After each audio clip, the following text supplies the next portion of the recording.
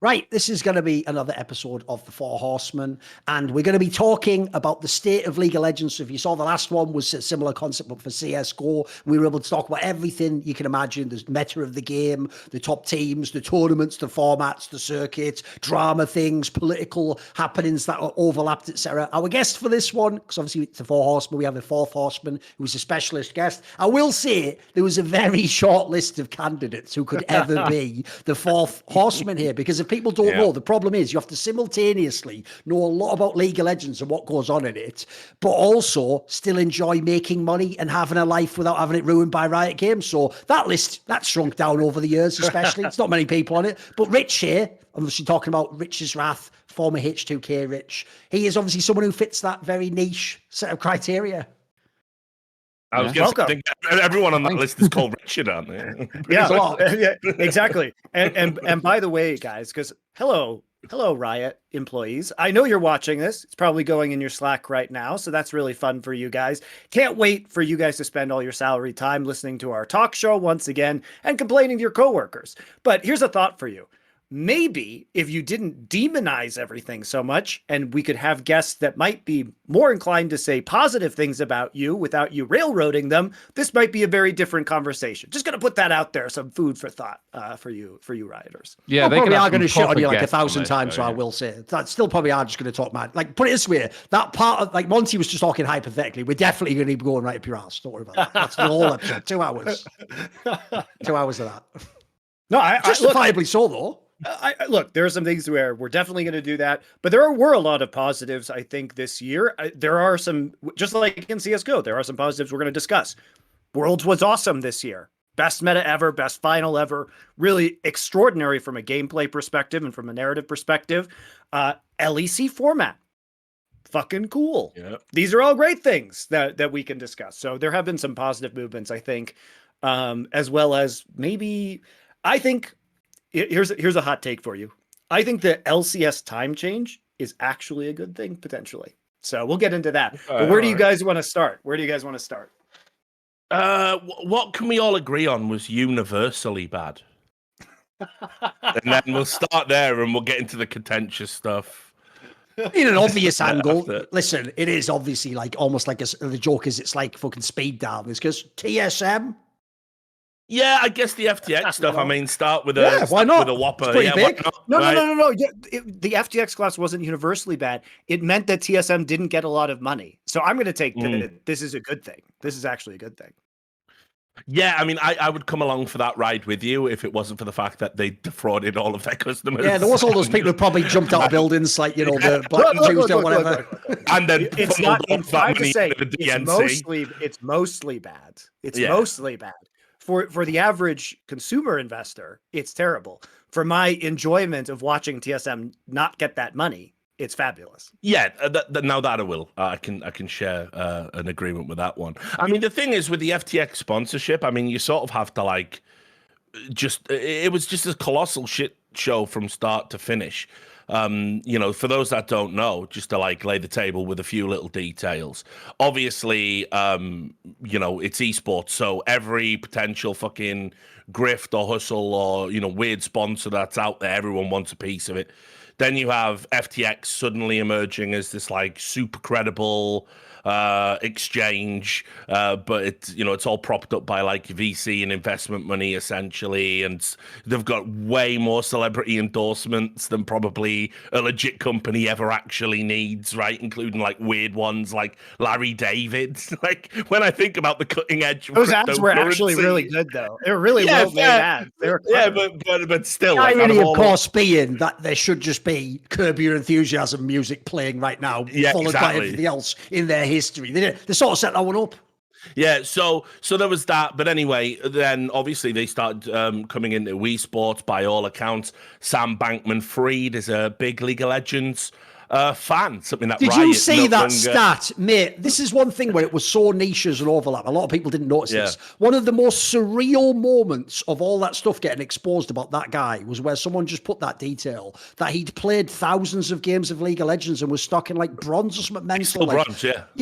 Like so the joke is he's like even provably just dog shit at games as well. Like No, but this is what I mean. It's like they tried to portray him as some kind of like savant, right? Because it was like, oh, he was doing all these like high level business meetings while he was like playing League of Legends and making all these problems. Yeah, he's in fucking bronze. He's not even in the average percentile. He's below fucking average. Like, why is this I'm pretty sure. Or your game? I forget what rank, but I know in League of Legends, literally, there was actually one of those guys who was a streamer who has like no arms, who was in like plat or fucking masters or something. It's like, yeah, exactly. This guy is not some like super genius guys. He isn't. He's just an idiot in bronze. Yeah. So anyway, he because of his interest in the game, naturally he sort of started wanting to put some money into the esports space. He was very au fait with who TSM are. You know, the Forbes valued most valuable org in the world, and wanted to put. And he agreed a 10-year deal, which was $21 million per year for 10 years for the naming rights. He also put 3.2 million into Furia. But anyway, while that deal was going ahead, Riot Games turned around and said, oh, we're going to have to review this because our policies don't allow crypto sponsors because it's a volatile space. We can't really vet it. The money might not be legitimate. We like to make sure we keep a good accounting of all of our partnered leagues. And TSM are like, this is an outrage. How can you stop? This is the biggest sponsorship deal in our history. Then just shortly after that, about a month, Riot Games announced the new title sponsor for the league, FTX, in what was Riot's biggest deal, 96 million, we now know from court documents. Interestingly enough, Riot Games refused to be transparent and disclose it. I wonder why. Perhaps getting half as much as a team within your league for the league itself. Not great optics, almost like you might have a shit product in LCS. So yeah, jump in. To say they did say it was their biggest sponsorship of all time, and but they didn't give the specific number, which obviously made me deeply curious because I follow all these stories of sponsorships, and you think about the deliverables that they had as well, which is that they have the FTX logo on screen at all times whenever the casters are constantly talking about the FTX gold advantage. So it's built into the commentary now. It was actually, as a fan, it was a great feature. I enjoyed having this integration within the game, and we didn't have it in other leagues, which is lame. Like, it's the same thing that Riot does with MasterCard at the international tournaments, which is that they have an alert on the screen when a mythic item, the first mythic item of every, well, the only mythic item, I should say, of every individual character, player is bought, which is actually very useful for tracking power spikes and timings. And I just wish we could have these features regardless of whether there was a sponsor, because it's like they're gatekeeping information from the viewer unless a corporation is willing to pay to unlock that for us, the fans, which I think is a very weird thing to do. That is going to be amazing, though, because what I love is thinking of someone going back and watching a VOD like 5 years from now, because that's going to be like if you could watch like an old VOD in esports. It was like, and now over to the Enron analysis desk, because you want to know the score with the money. Like, it'd be amazing, wouldn't it, if that was like a real, that's how memeable esports is now. We are part of the memes. Because the other thing, I agree, by the way, the hilarious part about that is it's simultaneously Riot themselves remember the whole thing Riot does from day one is they set a fake precedent that doesn't have to exist, then tell everyone, well, you have to exist within this precedent because it exists, and then later just go, we're just going to remove that actually completely. So why were we doing? So if people don't know, way back in the day, one of the first stories I remember that we actually broke it on Gamers when that site began was that mad thing where, for real, not only did Riot in the early days try to make it that you weren't allowed to have a Dota 2 team on the same brand, but they were even going to do in the first LCS contracts this clause where your pro players wouldn't even be allowed to stream any game other than League of Legends. Riot's always done this thing where they push over, and then the same season, people remember first ever LCS split was the TSM Snapdragon split with the Game Crib sponsorship. Now, did Riot go, brilliant, someone wants to sponsor a team in the first ever split of League of Legends? That's basically our dream to elevate the industry. No, they actually tried to get that shut down, and believe it or not, and this just shows you how back then esports is very different. Even the other orgs that weren't involved in that sponsorship deal were like, look, just as like a precedent, we cannot allow this to happen. Like, we all have to come together and tell Riot, like, you have to let them have that sponsorship. How else are we going to ever make money off League of Legends, basically? So the joke is, you fast forward, and as you say, they set it up as though like, oh, trying to bring crypto into our pristine, beautiful, idyllic game, League of Legends, filled with children. By the way, I'm so tired of the angle every time someone wants to do something politically whack, being like, you're trying to do stuff for children. And then the next week you just announce a deal too. So by that logic, you wanted to sell crypto to children. No, of course you didn't. It's just a whack angle to tell your opponent doing. So they did that. They were sort of like, wow, I don't know if we can allow just teams to be in. And then the joke is, yes, they just, in the meantime, negotiate their own deal. And we're like, because that's the thing, I've always just seen Riot. This is why I can understand Riot. I see Riot as some like shit Boardwalk Empire character who's like, let me get a taste. What's going on here? Like adding back up, like just some shit mobster, not even a good one, just a rubbish one, just walking them down. So in this scenario, like Riot just made themselves look like fools. And then obviously this is the best part of all. The most succulent part. It would have only been TSM going down with this ship, but no, you had to put it on your fucking masthead, essentially, of your whole league. And as we're just saying here, here's the other thing people might not realize as well. Is like, if League of Legends was going on now, like if LCS, ended at Christmas, remember like the NBA has Christmas games and stuff, the joke is right now they'd probably still have to be saying like the FTX gold advantage, even as cognitive dissonance will be kicking in. Like, wait a minute, isn't that thing in the news? Like, that's the world of League of Legends now, guys. So good job, Riot. Well done on that one. I want to hear your take, Rich, on this. Yeah, go on, Rich. Jump in. I mean, if any of you are wondering, by the way, what your average FTX victim might look like, this guy, because I also actually was one of the people who unknowingly invested kind of in FTX because I did loads of fucking stupid crypto speculative stuff like 1 in 100, yeah, but if it hits kind of bullshit. So I invested in this little metaverse project. I'm not even going to say the name for two reasons. One, because it's now embarrassing in hindsight, and two, I don't want to promote it if it even does still exist, although I'm pretty sure it was just a rug pull. Anyway, your boy invests. Little do I know that actually the umbrella investor that's like putting their money behind the project is actually owned by FTX. And not only did I put money into the coin for this metaverse project, I bought virtual land in the same project and a lot of virtual land. So, that's my crypto faux pas out the way. Obviously, holistically, that you did say it like that though. That made it funny. Like you didn't just buy land, like you like a lot of land. Like you were some mad plantation. Huge tracts of land. I fucked myself, but I did it big time. Yeah, good job. What's brilliant is that it was such a rug pull that now if I go into my wallet where the land which was set up as NFTs now sits, all you see is these abstract coordinates without any graphics or anything because they just pulled all the data from the project. So I've literally got X176Y238 sat as a blank NFT in my fucking wallet, which I paid several thousand for. Anyway, in terms of like this whole mess, like holistically, one of the Riot sort of things that I always assumed was a myth, was that LEC and LCS were like separate projects run by separate people. And don't worry, if you buy into LEC, we're not going to prioritize NA. And these are two separate things. And we're always like, bullshit. You're always going to prioritize the American project. We're always going to be second fiddle.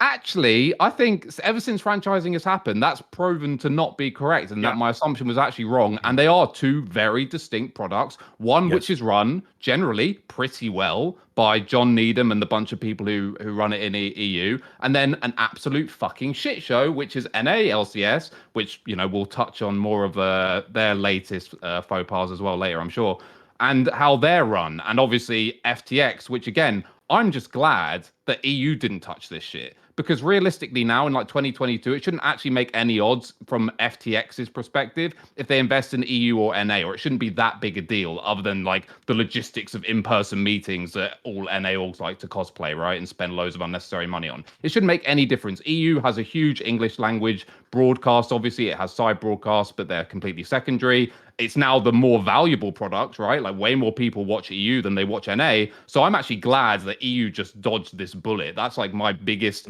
most thankful takeaway from the whole thing. And what I think it kind of spells is bad news in general, looking into the short and midterm future for LCS, because I do see this as now a completely separate, like, island, if you like, of a product in the West where it's just going to continue trending downhill. And I think decision after decision, I mean, it's one thing if Reggie and his fucking meatheads make a terrible decision and go in with a huge speculative long-term deal with a sponsorship, right? That's one team. And even then, because of the brand size and everything, they can survive it. It's not going to be on their side where the contract is infringed upon, right? If anything, it's going to be FTX, and they'll probably get out of it without being too heavily scarred. That's one thing. But for the whole league, as you said, to like put this as your banner head, and then the whole fucking ship sinks and you're still attached to it. I mean, it doesn't get worse than this optically. And Riot should be lucky that their business is segregated how it's segregated now across multiple regions. Because imagine if it was just LCS, or imagine if, by the way, what the fans wish for. Keep in mind, I've got a pretty long memory when it comes to esports, and people were baying for there to be a merge between EU and NA. And where was that going to be hosted? In NA. And who was going to run it? The NA team. So thank your fucking lucky stars that none of you plebs actually have a say at the table, because that would be a fucking disaster. My goodness. Yeah, I do want to talk a little bit about this FTX deal before we bridge it into some of the LCS stuff, because they are going to be very connected when we start digging into the business end of things and what this means. So first off, how we know this information now about this $96 million deal that started in August, I believe, the summer, it was July or August of 2021, where they made an announcement and then they basically said, oh, the next week we're going to have this FTX sponsorship, continued through this year, was that there was a court filing, which was a motion to compel by Riot's lawyers, trying to get out of this deal. So is this necessary? I think they're just doing their legal due diligence, because obviously FTX is like, has no money to fight them, and they are in material breach of the contract because they haven't made their payments. So I think this is just kind of to cover their ass, asking the court to nullify the deal for all these reasons. But this document, which we'll link below, ends up being hilarious, guys. Yeah, absolutely. It's so funny because the deal escalated over time. So it got bigger and bigger and bigger through 2028. But we don't know how much money they got in 2021 because it was part of a year. I would expect they probably got, I don't know, $3-4 million, something like that. But then they were supposed to get $12 million for the sponsorship for the entirety of LCS this year. They only received the first payment of $6.25 million. And they say in this legal document that they're still owed the other $6.25 million. And then they say the rest of the deal is worth $70 million from this point, from like 2023 onward. So there's like a huge amount of money that was going to be missing here. And I think a lot of people are like, oh, Riot got played, et cetera, et cetera. First off, the industry thought, including major VC firms, thought that FTX was an upstanding business. Okay, so they were considered one of the more reputable crypto exchanges by most people, right? Up until the very end when the emperor had no clothes, right? So you don't blame them for taking this money. And again, it was the biggest sponsorship in LCS history. Why the fuck wouldn't Riot take this deal if you're operating this league? Now, the problem with them taking this deal is that now they have a $12 million hole in their budget because they were anticipating having this money coming in for until 2028. Now, they probably, if I had to guess, they probably weren't super aggressive about this, because I think any sponsorship you take in this space, you kind of have to expect that maybe you're going to lose it. And they may have renegotiated the deal after the crypto market fell out earlier this year. That happened with a lot of these sponsorships across traditional sports, across esports. You know, the crypto sponsors who were splashing out once the market crashed came back and said, we need to revisit the terms of this deal. So it may have gotten smaller. We don't really know, is the point. So, yeah, but here's the issue, guys. As it comes to LCS, there was a lot of value for this FTX deal because, as people have already said, FTX is a global brand that people from all over the world can buy into or use the exchange for, right? Which means that when you have global viewership, which we'll get to about who's going to be watching LCS, it becomes very valuable to them because they can go and say, 100% of our audience has access to our product, or whatever, 80% of our audience has access to your product. If half your audience is European, or more than half, as is implied, by the way, by the schedule change, it becomes really difficult to sell American-focused sponsors that don't have businesses outside of America, which is the core long-term issue that they're going to face with the schedule changes to LCS. But we'll get to that in a little bit. Yeah, so I think... Sorry, I was just going to say, I think this is part of like a problem with Riot that like it's been very present, but no one really picks up on it or talks about it. That the American office has probably mishandled every major sponsorship it's ever had in some way or another. They have bungled a lot of sponsorships. Like, I know a lot of stuff from talking to people behind the scenes. Like, apparently there was like 1 year, I can't remember the exact year because it's a long time ago, but you know, they had Coca-Cola as a sponsorship. They didn't really understand how to do like activations or anything, and then next year they didn't, and then it was like then Coke came back with like Coke Zero or something. And you know, it was like there was a lot of people behind the scenes. I even, you know, had sources that had you know, from the Coke side of the deal that were like saying like these guys were like just clueless like to what a high level sponsorship deal looks like. They were like offering us a fucking logo being present on screen. We're fucking Coca-Cola. We're like one of the most identifiable brands to ever exist. We're a Trivial fucking Pursuit question, for fuck's sake. So there was that. But I mean, this deal, you know, I've got to believe it was driven by almost like a malicious intent towards TSM. I mean, everybody knows behind the scenes there has been a lot of friction with TSM and Riot League ops, you know, going all the way back to Mark Merrill saying, love me some Reggie, exactly. But this, it's been a lot more fractious, and I wanted to get your guys as aficionados on the space. I wanted to get your take on this, because remember, you know, the way that they got this sponsorship, TSM laid all the groundwork. It was going to be a TSM deal, you know, exclusive. Riot got wind of it because obviously you have to disclose who your sponsor's going to be and, you know, what deals are going on. And then essentially, I believe, wanted to take it entirely for themselves, which is why they were intimating to TSM they would stymie the deal. And obviously, I've done reporting this year, which you can't read on the subreddit, of course.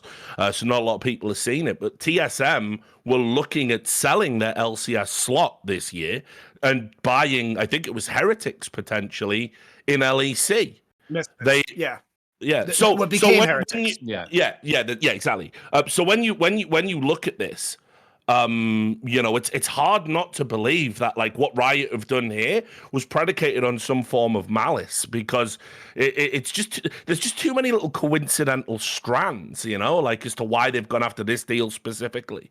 So I don't know if you guys think there's any of that gone on.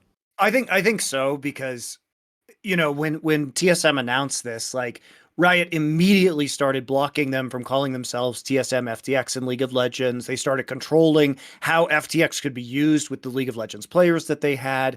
And frankly, I mean, this is actually Riot's stance towards crypto. Actually, this is going to be very interesting to people. Actually pushed a lot of teams to enter into Dota and CSGO, because they had to deploy that money somewhere. And the only place crypto companies could get value, because of Activision Blizzard and because of Riot, was to purchase Dota and CSGO teams. So in a way, their insistence on limiting this market actually started feeding more money into their competitors, which is pretty wild. It's pretty wild. And this is a trend as well that you will see. It has never really truly manifested purely because of like timeline things, but Riot's persistence, or insistence rather, on like absolute blanket banning on any kind of like DraftKings sponsorship betting or whatever, that for a time did manifest, right? Because when CSGO was going through its big boom, go and watch some of those tier 2, especially like tier 2, tier 3 CSGO games that were going on. The viewership was mental, and it was all because of the betting and the skins, and, you know, people love that. So Riot has had a pattern of doing this consistently, of like accidentally driving viewership to their competitors because of their stance on this kind of stuff.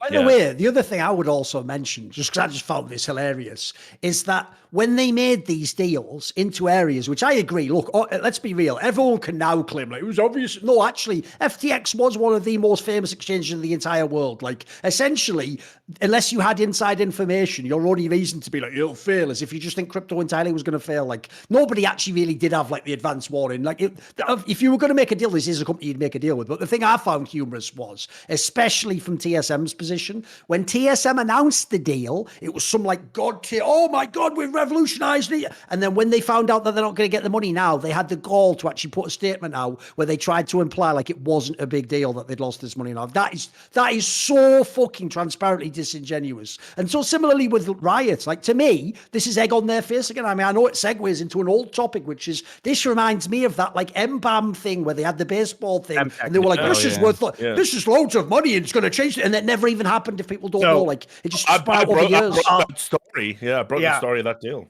So what happened, guys, is like the money mirages that Riot has had. The even bigger one was that, was it 2015, 2016, somewhere in there, Riot announced, so Major League Baseball, so it had this platform called BAMTech, ML BAMTech, basically. And they bought, for this was publicly reported, a $300 million media rights deal, because BAMTech was basically, it was a media platform. This is Twitch. Before Overwatch League, remember? So this is an enormous deal. Yeah. Huge. So what happened is like, I think it was affiliated with ESPN and Disney ended up buying the platform. And then the deal was nullified. Now, we don't know if Riot got any of that money. They might have gotten some of it. But the point is that we were waiting for years. It was like, oh, they bought the media rights. It's going to be exclusive potentially on this platform. And then nothing happened. And then nothing happened. And then nothing happened. And then nothing happened. And then just quietly died. And so they keep making these announcements. Oh, we got the biggest deal in LCS history. Oh, we have this huge media rights deal. But nothing ever fucking happens. The money doesn't show up. And like people are like, oh, they probably got the full value of that deal. There is no way in hell that they got $300 million for free, guys. Like Disney lawyers, hello? Disney probably has more lawyers than Riot has employees. Like, no, that didn't happen. I can tell you as well that as part of the teams and being in those meetings, part of the BAMTech deal was that the teams were going to directly benefit from said deal, and no team ever got a penny from anything. And that was, I believe, based on a percentage of the deal, right? So if we get 0%, I guess Riot got 0% as well. Like there's nothing that's happened that leads me to believe they got a penny from that deal. And I remember as well in the meetings, like shortly before it was meant to happen, because Riot did what they always do, which is hire like some ex-traditional sports guru or whatever to run a particular project. And they brought in this guy who's either from the NHL or something from America, who got everyone in a room and was talking about the BAMTech deal. And even then it sounded like really sussy, not like that, you know, there was some scam or something going on, but everything was always stated in such uncertain terms. It's like, should it happen, X will then happen, blah, blah, blah. And we're all sat there like, hang on, this deal's done, right? Like, what's with the ifs, the buts, and the maybes? And then also, there was never really like any kind of denouement or like debrief as to why it didn't happen. It was just like, people stopped talking about it. Riot just stopped talking about it. And then when it was brought up again, it was like, well, we did say, you know, maybe, or it should this happen. We never. They publicly announced this. They publicly fucking announced the deal. They publicly announced the deal after I leaked it. They said it was a game changer for the sport. That's a direct quote from Riot.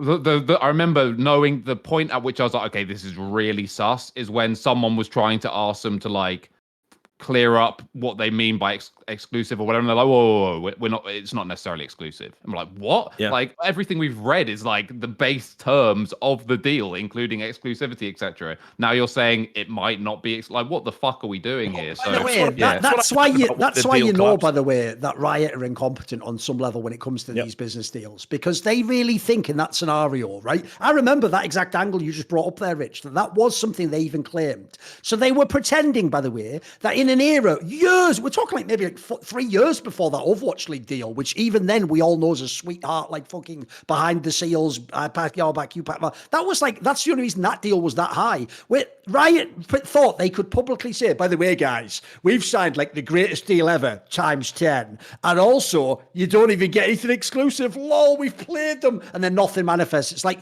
in that case, you never had anything, you morons. Like, I don't know what you even think you negotiated there. I remember even hearing that detail and being like, that actually is bad though. That actually sets the whole precedent we're all waiting for. You sell the media rights back. Like, because if anything, what it sounded like you were trying to do was just con some baseball fucking tech to be like, look, look, you can have it on your platform, not exclusively, and then maybe it'll do great. What I don't get about that is that was almost like Riot were like looking at us going, lol, you won't believe this, I'm going to con this massive company into a shit deal. Because think about it logically, if it's not exclusive, how could they ever, if this deal had gone forward in good faith, how could they ever have gotten viewership on that platform? Like, you just wouldn't. It would have been on Twitch, wouldn't it? So even the premise was flawed that Riot would brag about that. Like, what?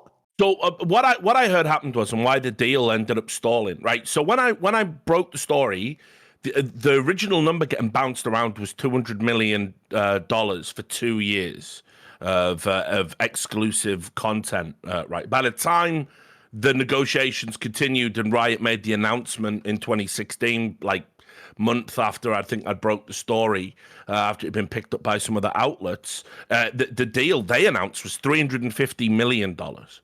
Right now, that was an increase based on what I'd seen. So negotiations were obviously still ongoing. So what had happened is there'd been an upsell there, right? Now that upsell was they made an app. I've still got the fucking prototype of the app. I've still got it, right? I've got a little play along of how it all works and what pops up and everything, like a video of it, right? So what was meant to be happening was they said they were going to put exclusive matches, competitions, or you could only watch it through the app. That was the whole purpose of the deal. They rolled that out. They told owners that was how it was going to be. I even know some owners had some concerns because they were like, well, if this limits viewership, it can potentially hurt our popularity and our business deals. But at least we're going to get a big fat cut of all this media money, so maybe that'll offset it. But concerns were raised. And then radio silence because I think they wanted to walk back what they'd given away. This is what I mean about them being fucking incompetent. It's like, if someone is paying you $350 million fucking dollars to put your content on their platform, guess fucking what? They don't want it for free on another fucking platform. That's the point. So this is what I mean. Like every major sponsorship deal they've had, they've bungled or botched in some fucking way in the American League. Meanwhile, LEC seems to be, by contrast, a relatively sustainable ecosystem without any like sponsor dramas or, you know, unethical sponsors potentially coming in or whatever. Well, by the way, worth mentioning. Oh, sorry, I was just going to worth mentioning that at that point in time, which I believe was 2016, when the whole BAMTech thing was happening, that was still when Riot Central was dealing with everything, at least with like these global things, whatever. So basically, we got sent over some fucking moron on a plane who was from Riot NA who was selling us this stream. It wasn't like LEC at that point. So when we were all sat there going like, what the fuck's going on? And by the way, this number that Richard's quoted changed constantly. We were told, our last meeting, we were told 50 million and we're not given a time frame for that. Like literally, over how many years? 50 million. Like unironically, that was the last we heard of it. The number was now 50 million. And I think they'd moved to like a smaller timeline model where it's like, we're going to do like a 2-3 year thing and as like a feeler and then go from there. And then we never heard of it. But yeah, worth mentioning that was before like EU hired their own people and made their own team in Europe. So that was like the last taste, I guess, we got before franchising of the utter incompetence and sort of poison that seeped over from Riot NA, which is now thankfully in its own little Resident Evil-like dome. And just before Chat loses their mind as well, I do want to just say, of course, yes, the Neon deal. But I mean, I'm always kind of in two minds about that one, whether I want to put that on LEC or not, because it was LEC. It was LEC people that sort of pushed back against it, even though it was their league operations that went in for it with permission from NA. So that one's a bit more complex, but certainly, yes, that is a grotesquely unethical sponsor. That'll be back, by the way. In a couple of years, that'll be back. Of course it is. At which point, by the way, too late. We've got screenshots. You can scrub those tweets all you want. Can't put that genie back in the bottle. But what I will say is this. The reason why that BAMTech deal is also egregious that they fucked it up is because when I'm thinking of the timeline of when this was, like you're saying, like 2015, 2016 era, that was when, if people remember, famously, one of the big esports sites was the Score Esports, right? And at the time, their whole mission was go on the app. Remember, that was every advert at the events. They were sponsoring League of Legends. They were sponsoring CSGO events. A million times. Well, here's the key thing people won't know. Their whole business model at the time was the premise premise. It wasn't a terrible premise. It just didn't work as far as I know. Their premise was the reason why they want you on the app instead of a website is because on the app, there wasn't like an equivalent to ad block. So they said like, what will happen is when we get all the traffic to the app, we'll be able to sell like premium ads. And the idea is it'll be a way to like recreate what the internet used to be. Well, spoiler, that didn't come to fruition. We're not all on apps right now for everything in esports. So that was even a deal with like a limited time window, and they just fucking dropped the ball. And now there is no deal like that. Like there's no 300 million deal coming through the door for something equivalent to that. Like the joke now is if someone really did just say tomorrow, we've got a $50 million deal, you'd be like, that's pretty good. Hey, fucking well done. Like they blew that one. But now we know that the largest deal ever in LCS history was 12 million a year, which by the way is way more than the LCS is worth, to be very clear in terms of what people get in the esports space from the tournament operations side for these sponsorships. That's a very big deal, by the way. But what I love, and this is a great transition into the LCS schedule change, because sometimes, guys, and it's glorious when it happens, the mask from Riot just slips just a little bit and you can see the true face behind it. And the true face has always been that this is a marketing exercise and not a sustainable sports business. So let's talk about why it's probably very good for the LCS to move to these time slots as a marketing exercise, not as a sports product for North American fans. So here we go. Something you may not know. LCS teams receive in total across all of the teams tens of millions of dollars annually in minimum guarantees from Riot. Okay? They are paid a flat rate to participate and continue participating in the LCS. So this $12 million a year would not even cover those minimum guarantees that they're paying to the teams. Now, Riot also has a revenue share model with the teams, but it's never really been profitable because they have to cover all of these expenses of the production, which, by the way, still mysteriously in Los Angeles, where it never, ever, ever, ever, ever, ever should have been in the first place, because it's much more expensive to have employees in the state of California. It's much more expensive to produce things in Los Angeles. It's much more expensive to operate a studio within that city. You could have put this in the middle of fucking nowhere in America, or even on the East Coast where there are far more people, and had it made a lot more sense. So how we know the mask is slipping is because here's what Riot says. We have data that says that this is going to be better for viewership. And everybody's like, how could that be possible? And it's not good for NA viewers. Well, it tells you something about Riot, doesn't it? Which is that, and I saw tweets from people who were formerly on Riot's data team that said there were times in the LCS history where it was over 50% European viewers. I suspected that they would start at 12 before this happened to capture the European audience, because starting it at, probably, if you say East Coast, approximately 5 hours of games to do the 5 best of ones a day, right? So if you were to start, say, at 6 p.m. on the East Coast, you'd be going from 6 to 11. Reasonable for the East Coast. And, honestly, starting at 3 isn't so bad for the West Coast. But Americans also have to remember that the West Coast of the United States is only 16% of the US population. It's a very small percentage. Even though California is the most populous state, 75% of Americans live in Central or Eastern time zones, okay? 25% live in Mountain and Pacific.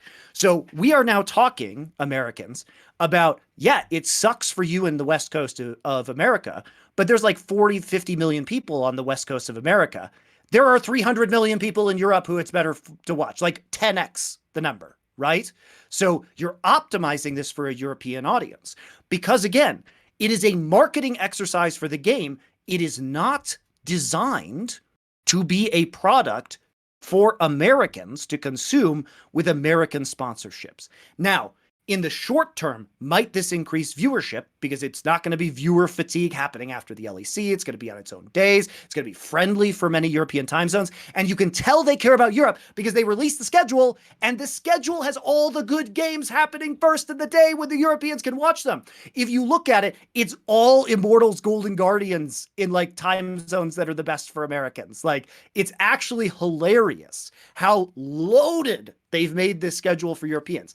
Now, if I was State Farm or Verizon, I would be fucking mad because I care about the US audience only, and you are basically hamstringing that.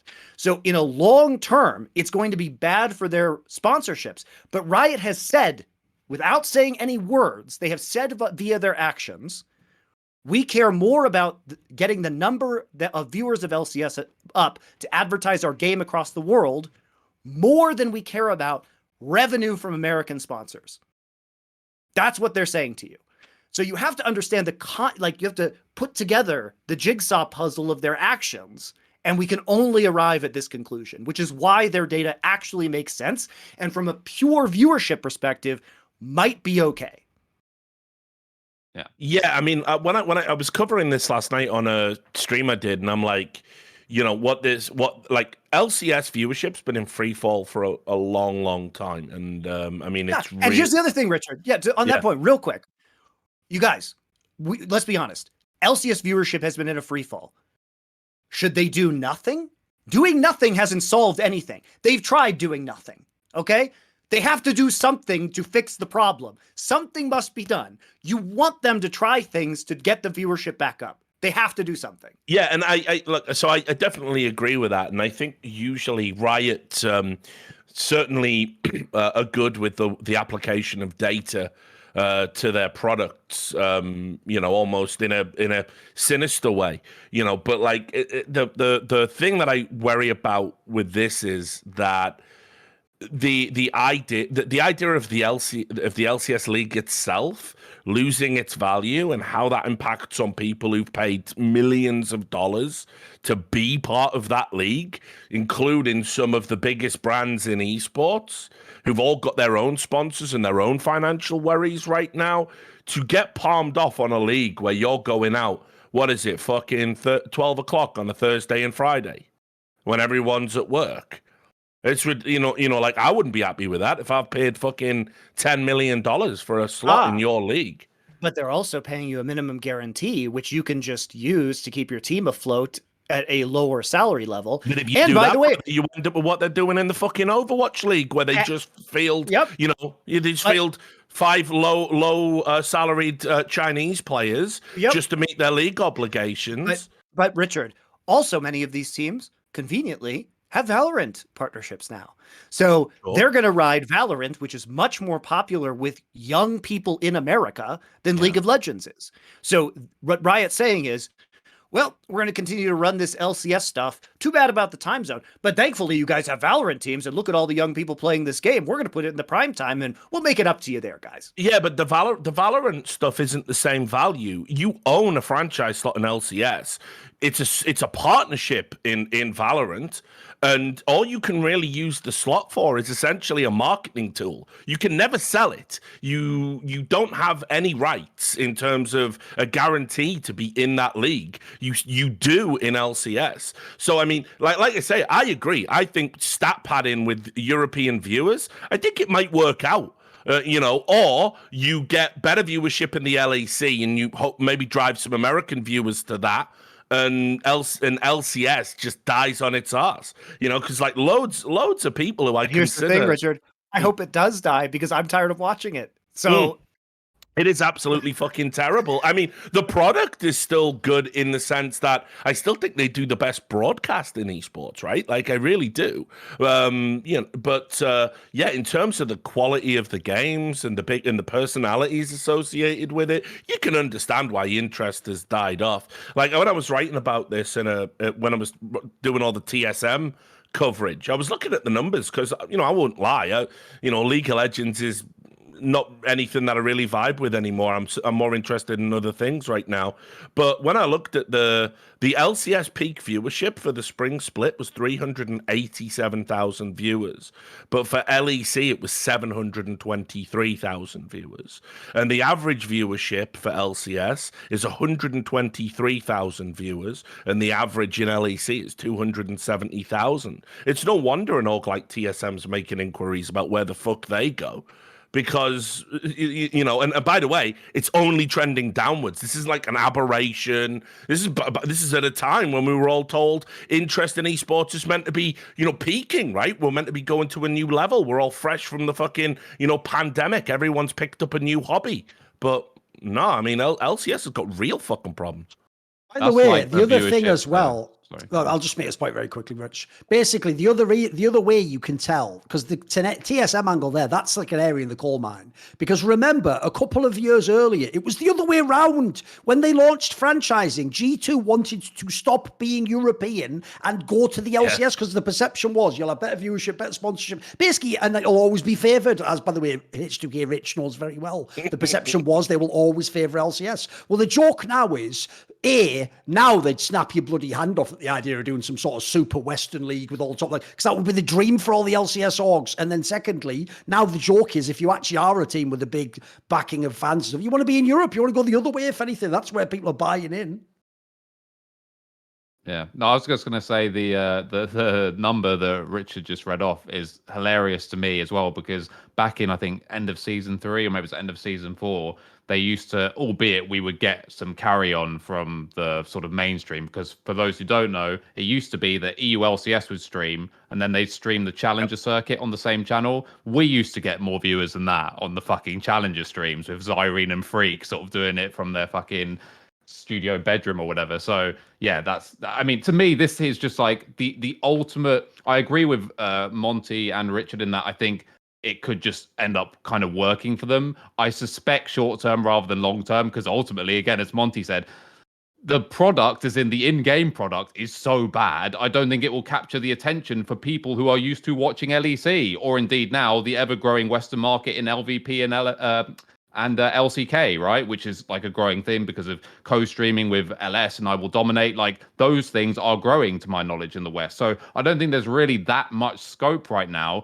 unless something drastically changes in North America, for people to then just add watching NA League to their timetable as well. And as I said, to me, this is like the ultimate indictment, because what you're essentially doing now is, we have done such a bad job as North America Riot since the segregation. We are now going to try and piggyback our more successful Western region to carry our shittily run franchise. Like, it's unbelievable. Like, it's now back to, as Thorin mentioned, it used to be the case that people were worried. And by the way, it wasn't just G2, it was also Misfits, it was also Splice. Those motherfuckers were trying to jump the pond. And now it's gone full circle, and it's like, well, look who's in desperate need of water now. Come on, everyone, come to the river. You can all have a little sit. Oh, get back, Reggie, not you. Like, it's ridiculous. Like, it's just gone completely full circle, and now it's literally Europe is carrying NA in a literal sense. Here's the thing. Here's the thing, Rich. They don't even necessarily have the opportunity to carry anymore, because here's the way they carried. They hosted out or rated out the LCS stream when LEC was ending. There were many days this last year where I was watching post-game lobby, the LEC post show that's doing a player interview with, a bunch of people who are watching, and then a bunch of people who are just AFK, sitting there. And what would happen is the first games of LCS would be starting, and we'd be like halfway through game number 1. And the LCS would have like 20K viewers on Twitch, and post-game lobby would have like 70K. And it wasn't until the LEC broadcast actually ended and they dumped viewers in LCS. And again, these are going to be a lot of AFK Europeans. Like, I just don't see how these sponsorships are actually valuable to North American only companies, which is again why I think that losing FTX really hurts, because you could have kept giving numbers to a company that cared about international exposure. And for those of you who don't know, it's not as simple as like, well, let's just go get a Coca-Cola then, because they are all over the world. Coca-Cola's marketing budget is broken up by country. And so the people you're talking to are going to be Coca-Cola North America, who only care about their results in North America.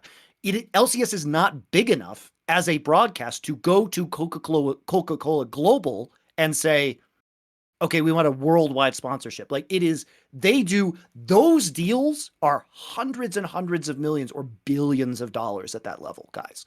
So it's not going to be something that you can just run up the chain to the biggest level of global Coca-Cola sponsorship that's out there, like fucking with the Olympics, and say, hey, yeah, LCS, this thing that's declining in viewership. Well, we have a lot of international viewers now. They would have to go to the North American offices and report their North American audience share and their success in marketing in North America, which I just think is not going to look good. Like, I'd love to know what State Farm and Verizon's response to Riot announcing these broadcast shifts was, because I can't imagine they were happy. Also, here's an angle for you, right? For sure. How the fuck do you even get anything approaching an activation off if you're in the LCS? Like, let me just contrast something a second, because another area that the European League of Legends scene is making a mockery of NA right now is, even though it's not totally true, like with the amount of like the revenue share and stuff, like and the asset inflation on like the LEC spot, it probably is worth more being an LEC team than being like a giant ERL team like a K Corp, etc. But I'll tell you what, when you see K Corp go and do those live activations with thousands of fans and it looks like it's like the LCS finals like 5 years ago and it's just an ERL team doing it with their fans. That does make me think, if I'm one of these teams in America with a giant budget paying enormous amounts to a team, like, so I don't even get as much as like a local French team. Like that looks really bad in contrast. And I don't even know what the fix is, by the way. It's why I also do get really suspicious. I always told you, I never bought the angle that those fucking home stands really sold out and they were crazy. Because if they were, spoiler, we're not online anymore, you'd be having them now. And even worse, they had the gall to imply they made money. Well, then you'd just do them all the time, wouldn't you? That would be the fucking model. You'd be profitable by that logic. Like that's one of the areas I've always thought the NA angle, like there's some big gulf there. Because now the joke is LCS has gone backwards. Like LCS, except for like when they do the summer finals or whatever, that's it. Like that's all you get is the big pop in the LCS circuit. Like it feels like, I feel like LCS is going to die out, and the joke is LEC's not only going to continue. If anything, like I'm waiting for the day when the LFL's more than the LCS at this point in time, if you know what I mean. Like that's not impossible. I mean, CBLOL, the Brazilian league, was frequently above LCS in terms of viewership this year. I actually think the LFL. I actually think LFL, I'm not sure about like an aggregate thing or something, but there are certainly weeks where LFL has more viewership than LCS, definitely. Because the thing as well you have to keep in mind is like, obviously there's this huge like K-Corp bias thing that goes on where they stream it on their own channel and on the French channels, but you have to go on the Twitch category and then look at all the different companies who do their own hosting of these broadcasts, and it's a lot. You get a German LFL stream, I think Northern Arena or whatever, although they're in trouble now. We're doing one, like there are 5 or 6 or 7 just main ones, and then other people doing like quasi co-streaming stuff, like sometimes they can't show the screen or whatever. Like I think you can, there's probably a bias data sheet at least you could create which actually would show that LFL is more popular than LCS in some metrics. So yeah, I mean, it's by the way, there's actually a point I'd like to segue off of this, which is, in my opinion, this is why what Monty said at the beginning is the crux of it, is that ultimately this is just a marketing exercise for the game League of Legends. And the way you know that is, if this was really like some kumbaya, like let's raise esports, let's get the viewership up, let's make it a real sport where people can come in and make money. The answer's obvious. Like what you just said there, Rich, is exactly what you can't do in LCS. The logical thing from day one, in my opinion, if you wanted just most people in the world to watch LCS, was you took all the LCS teams and you just said to each of them, you can do your own stream of the game. And so if you're TSM, you have Doublelift, because at the time Lena and Doublelift were there, obviously. You have Doublelift, like obviously Dom would be on like Cloud9, Team Liquid has, I don't know, Cage, you know what I mean? Like if you did that, you would absolutely boost the viewership. But the problem is, wouldn't be on that Riot stream. And so when Riot want to sell that $100 million deal to an FTX, shit out of luck, aren't they? And even worse, if you know anything about Riot, they are like Sauron. They don't share power. The last thing they want, for real, Riot are the sort of fucks on some like King Solomon shit where they'd rather no one got a $100 million deal than them not get the $100 million deal and one of their partner teams get one. If you understand that principle, you understand why it's so difficult to do business with these fuckers. Yeah. Also, I mean, sorry, go on, Mitch. No, I was just going to say also, like, Europe has a massive advantage in that the way it's structured sets up so many storylines, which the broadcast don't even need to like take and then build and guide you through like you're a fucking child. Like, just the fact that the ERL system exists and EU Masters exists, and you can always watch what is going to be the future of LEC or whatever in these really well done structured leagues that culminates in a really cool tournament. Like, NA doesn't even have a real academy system. They have an academy system, kind of, but they don't really, right? Like, so there was a year where it wasn't even streamed. They literally had NA Academy. By the way, some of these kids were still getting like six-figure contracts, which is outrageous given if you actually work out the value that they give based off of that, right? Considering there's no stream.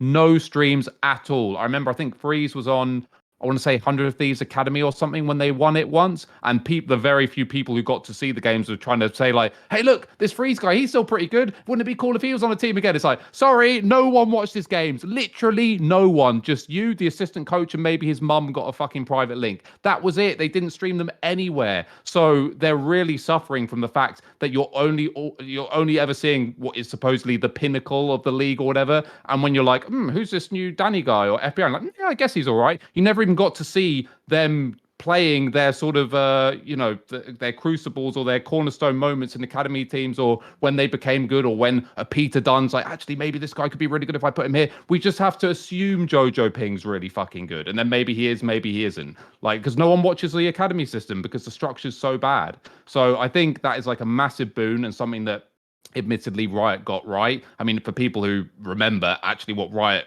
originally wanted to do with the franchise system was fully regionalize that. So you'd have Fnatic in like the UK league and G2 in the Spanish league or whatever, and they would basically be part of a glorified ERL system. Now, I think we can probably agree that that wouldn't have been the best, and it's much better to have this filtered system where, you know, players move between the two and so on. And also, by the way, that's another thing I'd say, is like in NA, if you get dropped from a certain roster, your career is just doomed. Like, if I'm a prospect and I go on Golden Guardians or Immortals, let's say, wrong place, wrong time, wrong teammates, just doesn't synergize. I might be really good, but if I have a bad split and my team is a bad split, what is the tool that I can opt into which will give me a second chance? It does not exist. And to Rich's point, the joke is, a lot of Cody's players... son was that player, and he actually does play in the RLs now. Yeah.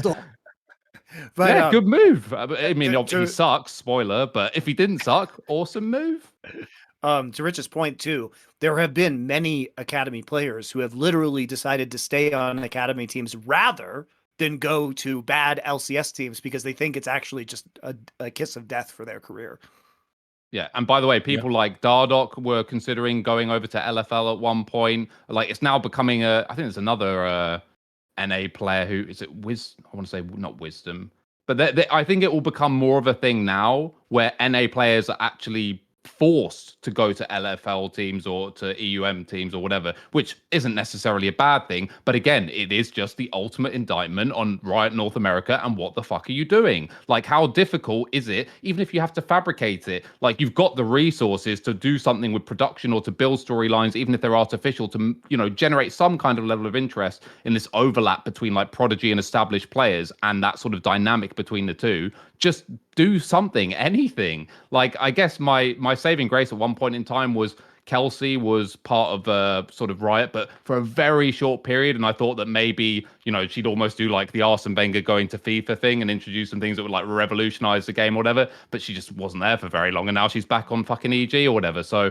I guess any hope of something good happening there's gone. So yeah, I don't know. It just sucks. Oh, shout out to her, because that's out of the frying pan into the fire. Yeah. So I do want to talk about, is LCS obviously, as we said, I think it's pretty clear what they're doing at this point in time. Like, they're making way for Valorant. Valorant is where their younger player base is. It's not popular among young people like it is in Korea or China or Europe, right? League of Legends. People are aging out in LCS. Their market share, their viewership is declining. They have to mix it up. And they're going to do that in a way where they try and maximize global viewership rather than American viewership. So you guys need to come to terms with that. Like, sorry, American LCS fans, you're in the minority here. It's clear that Riot's goals is not to create a sustainable sponsorship run in North America, fed by North American players with an inherently grassroots North American fan base. That's not happening. We're going to sell out to the rest of the world right now. We're going to do it for marketing purposes. And maybe the NA sponsors will just get mad and stop sponsoring it over time if the majority of the viewership is not even coming from North America, as seems like it's almost guaranteed with the decisions that they've made. Moving over to LEC, because I think this is a very interesting topic of conversation. We have a massive change to LEC, which everybody is excited about, basically in terms of the format change. They are actually spending more money by adding an additional permanent broadcast day. So it's not just 3 days a week on Super Weeks anymore. It's 3 days a week consistently. We have a tournament format where we actually kick out the bottom feeders of the league, the bottom 2 teams, and then go into GSL groups and then a bracket. And we do that 3 times a year. Apparently, this is something that the players really pushed hard for. So air high fives to all of the LEC players who actually stood up and like wanted to make this thing work, because it seems like they pushed it through when a lot of the bottom feeder teams were like, but my guaranteed games, I need this many games so because I sold these sponsors. It's like, get good, motherfuckers, like spend some money and then you will earn those games back. So this is really exciting. I think it's great that the players really push for this. I think it's great for the LEC. We're going to see more tournaments, more excitement, more storylines, more best of 3s. Very few downsides to this system. Do you think, by the way, Monty, that in itself also contrasts the player base in the LEC and the LCS? Because if you remember in 2020, when I was there for Flashpoint, that was where when they heard they had to go online, the LCS players' vote was, can we just cancel the split but still get paid? Yeah. It's like... Whereas, like, fair play, as you say to the European players, remember, no matter who you are as a European player, you might be the best player. If your team's bad, you're going to actually get punished if you come last place in this format. You're going to play less games. So, like, fair play that they actually understood, like, for the collective whole, it's way better to have this format. It's more like, it's actually more like a Counter-Strike thing. We have multiple tournaments and you eliminate the bad teams, you get to the good squads, best of 3s everywhere, etc. Yeah. And maybe the one downside is that there's only going to be one live event for fans, like a stadium event. But here's what I understand, guys. As I understand it, the bargain that was made was we will do these 3 splits. We will do the extra broadcast days, but the trade-off is we only have money in the budget for one live event. Now, I take this trade every fucking day because the cost of these stadium events is outrageous. And I would much rather have this format and have like more consistent games because I don't give a fuck if it's in the stadium or not. I just want a cool format and cool games to watch. So this is a perfectly excellent trade-off for me personally. And I think for everybody else, it's probably a pretty good trade-off too. Just one fewer stadium event, not a big deal. But I want to hear from Rich, like, because you actually represent players. Like, what was your take and their take, your players' take on this? Yeah, just very quickly on the last thing you said, like, I don't give a fuck about live events in general. Like, I think, in my opinion, and I guess it's not like a popular opinion, is that I think the beauty of esports is that it is for degenerate basement dwellers, and I don't want to go into a really big room with loads of other really bad hygienic fucking basement dwellers. So that just seems like a terrible idea in general. I also just don't. I hate the way the audience like fucks with the game and like can ruin it because there's information asymmetry. There's fog of war in most esports titles, and the audience can actively fuck with that by giving information to the players, or because the tech is bad, as it frequently is, they can't hear each other communicate, right? Yeah. Because of the noise in the stadium. If I had my druthers, I would put them in a sealed box and launch them to the moon and play the games there so I could have the perfect competitive environment. But I understand that that's weird. Yeah, no, I mean, well, the very soft fix, which Riot for some reason has always been super against, is like the booth system, right? That they have at the international or whatever, and they're just like, no, it means it makes it less live. It's like, dude, you're watching someone from probably 60 feet away, that's like an literally just doing this. That's your live experience. You're not watching LeBron James dump on some fucking motherfucker. Like, you're watching like fucking Cage Rule pressing WASD and mouse clicking. Like, what are we talking about here? You know, it's never made any sense. I'll be the boomer and say it. It's never made any sense to me watching esports live in a stadium. Like, I'm just watching a really big TV that actually proportionate to where I'm sat is still further away than my TV would be. Like, if I go to Richard's house that used to have in Las Vegas, where he had a giant fucking TV, you watch the NFL, mate, it's better than being at the game. Except here's the difference. At least at the game, you have a different angle, don't you? That guy is sort of close to you. You can see like how fast he moves. Like you don't get any of that in League of Legends because, as you say, the physical part's just a guy sat playing the game, and the rest is just watching a giant TV. Except here's the genius of it. I also have to watch the giant TV from miles away with loads of TSM fans talking in my ear. Like that's a shit concept. Who came up with that? Yeah, I also, to Rich's point, I actually actively don't want to meet other esports fans. Yes, you really don't. You really don't. But like, I mean, as a minor flex Arsenal season ticket holder, like there is a massive difference for me going to like a live event where there is massive amounts of physicality on display and you are seeing a world-class player up close fucking bumping off people or taking motherfuckers out or like scoring a goal or whatever it is, right? Or even rugby. I remember seeing another small flex, went to New Zealand to watch the Tri-Nations, whatever, saw Australia play New Zealand, and you don't even get like, you don't on TV get, and it's no ladies, it's not the camera adds £5 or removes whatever, like you don't get the serious impact of like a massive Maori hitting another motherfucker from that part of the world from watching it on TV. You just don't. Like, you probably can't actually hear it, but you feel like you can when you're there, right? So I think there's a massive difference to seeing like this kind of physicality happening in a live scenario than there is. But in terms of like, to your original point of, you know, what did the players think, like what was the dynamic there? My understanding is basically it was universally accepted by the players that this was brilliant and everyone loved it. And when it came to the team side, it was all the top teams, or most, I should actually say most of the top teams, because there is one odd exception that for some reason didn't want it for whatever reason. But most of the top teams wanted it, and the teams generally that you would imagine would not be too fond of probably missing all three of the GSL splits were not massively fond of. But I should mention that one of those, fuck it, whatever, BDS, I believe, were actually in favour. So bit optimistic if you ask me, BDS, but you know, I'm also, you know, brave maybe. So good on you guys. But yeah, the voting. You only have to be top 8. Come on, it's not that bad. Well, I've narrowed it down. You can now probably piece together literally every team that voted for and against based just on what I said there. So yeah, but it kind of went exactly as you would expect. But generally, the overwhelming position from teams and players collective was that this is a great thing. The one thing, and me and Thorin were talking about this on Side Select, that I didn't like was that I don't give a fuck about the live event. For me, the only small point I don't like, although maybe this is being changed slightly, is that each event or each split, to win that split, you have to do more and win more games than any previous champion in the history of LEC, right? Because you have to play all the best of ones, then you have to play a bunch of best of 3 series, and then a bunch of double bracket best of 5s, right? So you have to do more than any champion has ever done. But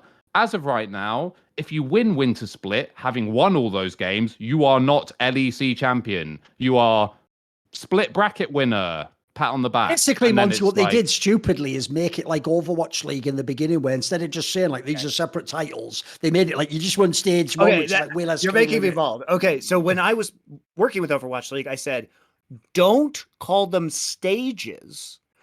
Give them a fucking name, like it's a Mario Kart race where you have like the Mushroom Cup and the Star Cup, and that way you have unique trophies that you make that are within an aesthetic. Like, why are we calling, like right now, LEC, please call them something cool for God's sake. Like, call it the Demacia Cup, even though it's already taken, obviously, by LPL. What I would or do the for Noxus real, Cup, or the I Ionia would just Cup. use branding, make it like the Expecke Cup in spring, and then make it like That the would fucking be Alex fun. situation. You know what I mean? Do something like Lead that. into Just the history. Do some legendary player, exactly. That would be sick. The one small thing I would add is I have heard more recently that they are considering giving out like these fucking little McDonald's like Mickey Mouse style fucking trophies for the split or whatever. I'll just say I'll reserve judgment to literally judge that based on how it looks, because in my opinion, they should be, whoever wins should be lauded as an LEC champion to the extent, or as I said, maybe even greater than previous champions before, because you have to do more than you did in the past. Why are you being rewarded less for what will be a better achievement? So I do hope they don't take the piss, and there is, I don't want to, and the other thing I really don't want to see, because this was rumored to maybe be a case, is just having a fucking dinky version of the actual trophy. No! How naff's that? No, How naff's that? No, it's like, you know, back when I was working with OGN and they had the 3 seasons, all the 3 seasons had cool ass trophies and we were considering them the title winners. Just for narrative reasons and for hype reasons, you have to do that now. Like, that has to be the answer. Yeah, so it's that was like my one gripe. But again, even then, it's like, I'm not going to lose that much sleep over it. Like the way I will view the narratives, or try and develop my own narrative or whatever, will be to see these people as champions or not. And anyone who argues against it is just some semantic moron. So it's like a small thing, really. But overall, like the format is it's brilliant. I mean, no complaints at all. I think it ticks boxes in terms of how they're fitting it in and everything as well, because you can't just you don't have like people think you have a blank slate. You don't have a completely blank slate, because there are things that are booked in advance. For example, spoiler alert, whenever you do a massive event like Worlds or whatever, most of these venues, although sometimes we're right, you never know, but most of these venues are booked literally years in advance. So it's not that you can just completely fuck with the whole schedule and be like, well, I guess we can push MSI to February or whatever. Like, it doesn't work like that. So I think given the parameters of what they realistically had to work with, I think it's brilliant. Yep. So, see, not everything is bad that we talk about on this show. I think for the most part, what the LEC is doing, they've increased viewership. They still have, like, I think the most compelling broadcast content. They give their broadcast talent a lot of freedom, and they actually lean into their individual abilities, such as Draco's and Vedius' abilities to create music, to create compelling content, where it really showcases their skill sets and their personality and sets them apart. And so, you may or may not like some of this content, but I think it does objectively lean into their abilities and their strengths. And it's good. It's unique. It's interesting. It's always worth talking about it, whether it's cringe or not. And I, for the most part, really enjoy it. So from a broadcast side, I think they're doing really well. They obviously tell the player stories really well. They integrate the professional players in a very nice way into the broadcast. Obviously, they've been doing a bunch of the stuff where they have them cast like the first parts of the game, which is very interesting, and give those insights. The LEC players seem very well media trained. Many of them are charismatic and capable of bantering after, in the post game lobby show. And now the format's really good. Like, I'm genuinely very excited for LEC this year. This isn't a fully formed thought, right? It's just something that's eating away at the back of my brain, and I don't know if it's a real thing to think or not. But there's something that leaves kind of a bad taste in my mouth, that the idea that once again Europe is riding to the rescue to prop up an American company's products, and particularly in esports, when traditionally they have underserved that region and held ridiculous biases against that region historically. And now that like all of their traditional and North American stakeholders are doing what North American esports stakeholders always do, and like want to move on to the next shiny thing, because it's not easy to run a business, or it's not easy to be successful. Once again, Europe's left sort of holding the bag, and yeah, we're the superior region. People have a better outlook. People have better, long-term goals and strategies. And yeah, I don't know if that's a fully formed thought, but I can't help but notice that LEC is going to be the jewel in the crown for fucking Riot, and that kind of sucks in my mind. I mean, I guess, but ever since they became the LEC, they've been very independent from Riot HQ, which has led to a lot of their independent success. with them, though. I mean, they're always lurking. I mean, the corporate management structure they got over there with this weird fucking D20 bullshit. Not to mention as well, now that the Tencent, own it in its entirety, you've always got Big Brother, quite literally, looking over your fucking shoulder about the decisions you make. And, when I reported on that, my sources over at Riot were telling me that, the Tencent executives were like saying, you have criminally underutilized the esport. This shouldn't be this massive loss leader that it actually is. And they were very critical of some of the managerial decisions. And that's why you saw a lot of executive movement in the North American office. But yeah, I think, yeah, I don't know. I think for me, I just fucking hate like the American approach to esports, I guess. And like Riot are kind of doing it right now with their leagues, their products. It's not just like an org doing it, and I don't know, it just rankles. I don't even know if it's a real idea. It might just be like I'll pick up on that. It might be a mustard burp type of idea. It might not be there tomorrow. Sure. I will say it, like the area to which this leads into a thought I've always had, which is it used to kill me back in the day, the bad excuses. Remember what I said earlier about the Riot playbook, where you create a problem and go, this is the way it has to be, and then go, now not navigate within a space I created. And then when people go, well, if we were to change you think, well, I can't do that. And then later you just remove the impasse that you created and then go, see, it's just brilliant, isn't it? So way back in the day, as we were implying, the EU LCS, before it was LEC broadcast, was just set up to lead viewership onto the LCS, to make everyone watch LCS. And then LCS would always be number one. It would always be the bigger thing. It would always win out. And the EU LCS even had to do things like have prime time games. The best game of the week could take place at like 5 p.m. Central European time. Yep. Which makes no sense whatsoever. For Europe, makes fuck tons of sense if you're just building up a broadcast that eventually passes the baton to LCS. So in this world where they used to do that kind of a setup, like basically one of the things that is so irritating about how they've done things is when they've now come to the point where now we're going to spin it the opposite way. Oh, fuck, I've lost my point on this one. I can't remember where I was going at the beginning though. Even when you sort of zagged.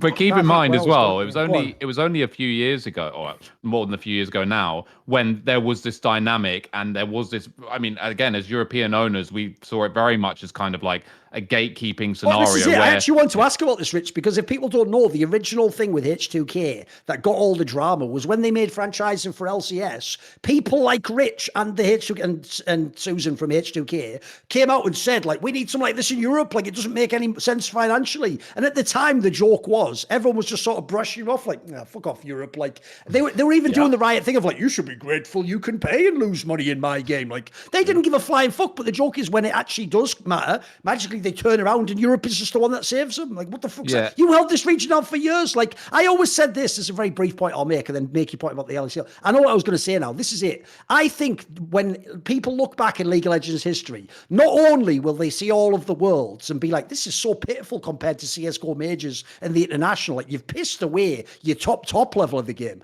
But even worse, one day there will be media studies done about how they utterly wasted the opportunity of the LCS. Because I always will make this point. You had to be there to know at the beginning of LCS how enormous the American players were. They were literally, this is not a joke, Reginald was more famous than way better players in Korea. Someone like Doublelift was probably the most famous player in the entire world of League of Legends, above Faker and the ones that came that next year. Like, probably took years to overtake. Yeah, Bjergsen was fucking enormous, right? If you had those players at their peak, streaming, all this viewership, it wasn't a joke. You really would get, if you had it in a stadium, CLG and TSM fans, like it was a fucking like derby match in like the NCAA or something, some massive like, you know, like Old Miss versus like those legendary college school games, Notre Dame and stuff. Like, it was like that vibe. And the personalities of these players were so huge. You didn't need to script it. It was wrestling. You had Doublelift, you had Reginald, and you had all these beefs. And what did they do with it? Nothing. They did no documentaries. They didn't attempt to craft these personalities. In fact, you know this, Monty, they used to be on their bullshit back then of like, I want it to be more about the Varus, the champion, being played than Doublelift playing it. Like,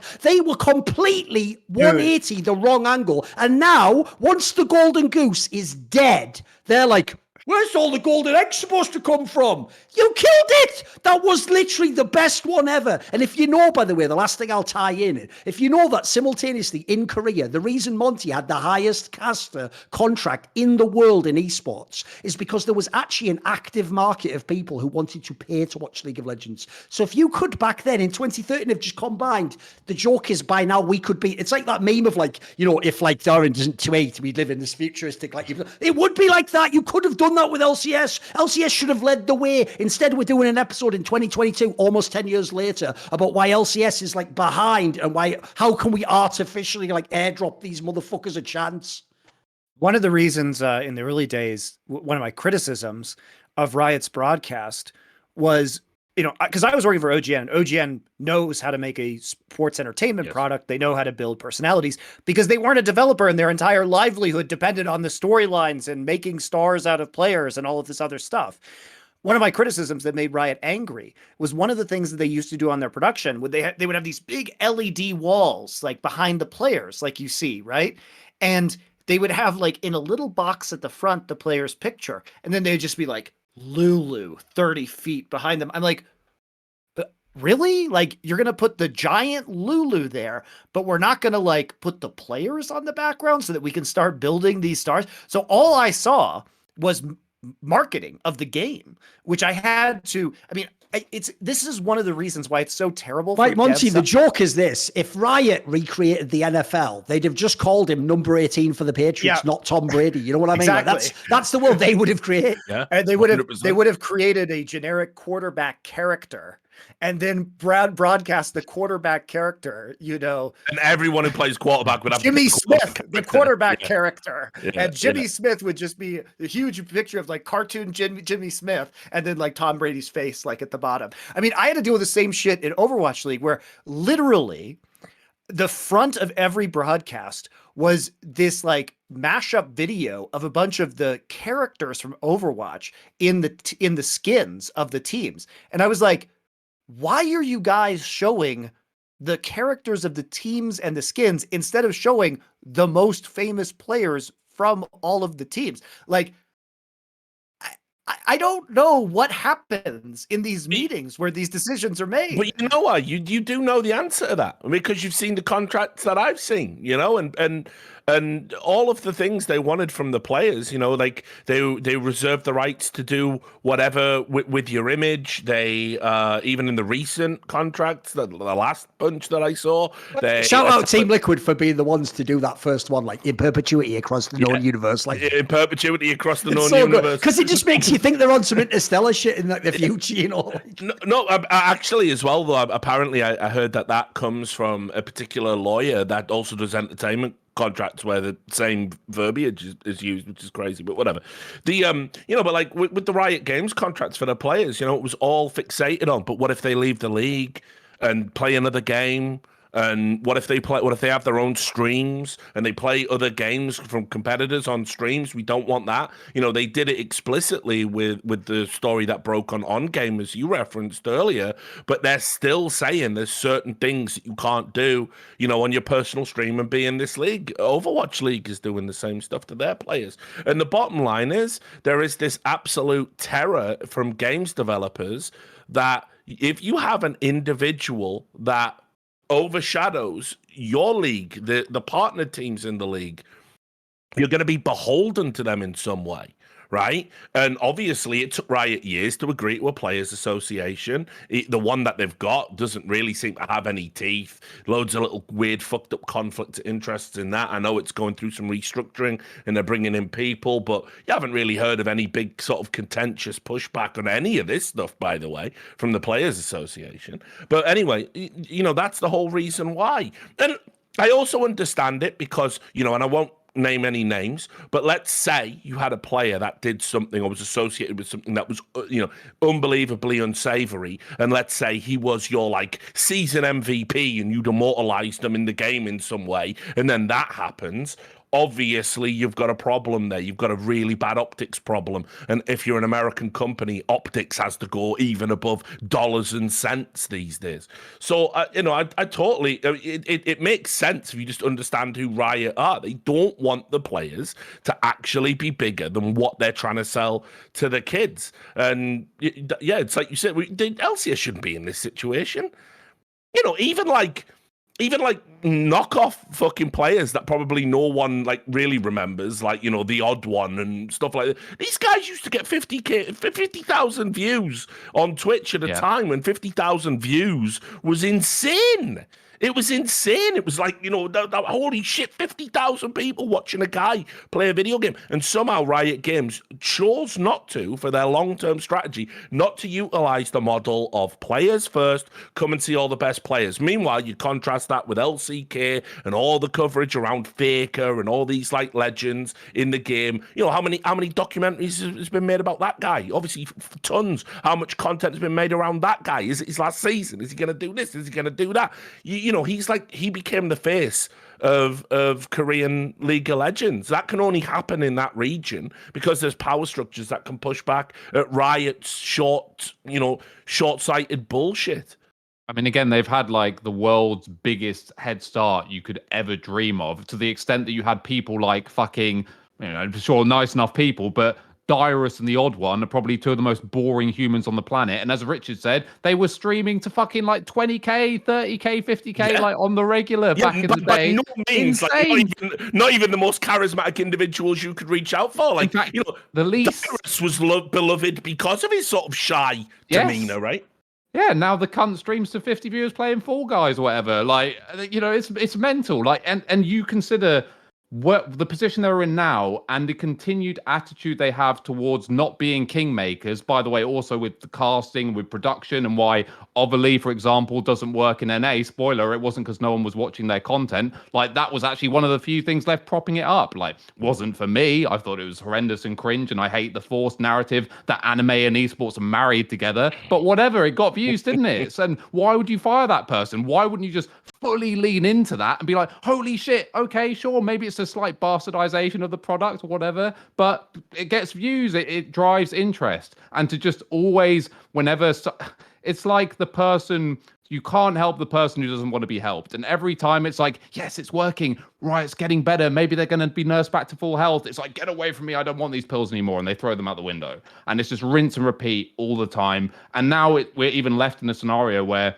I look at the LCS and it's so barren of interest because of the lack of intrigue and because of the lack of storylines that are being created around it. I genuinely don't know where I'd actually start. Like, I'm sure if I sat down and thought about it, I could, you know, contrive something. But the point is, you had all these pieces, you had the perfect chessboard in front of you, and you fucking checkmated yourself, didn't you? Like, it's unbelievable. So yeah, again, as I fucking board and said chess is shit. That's what they actually did.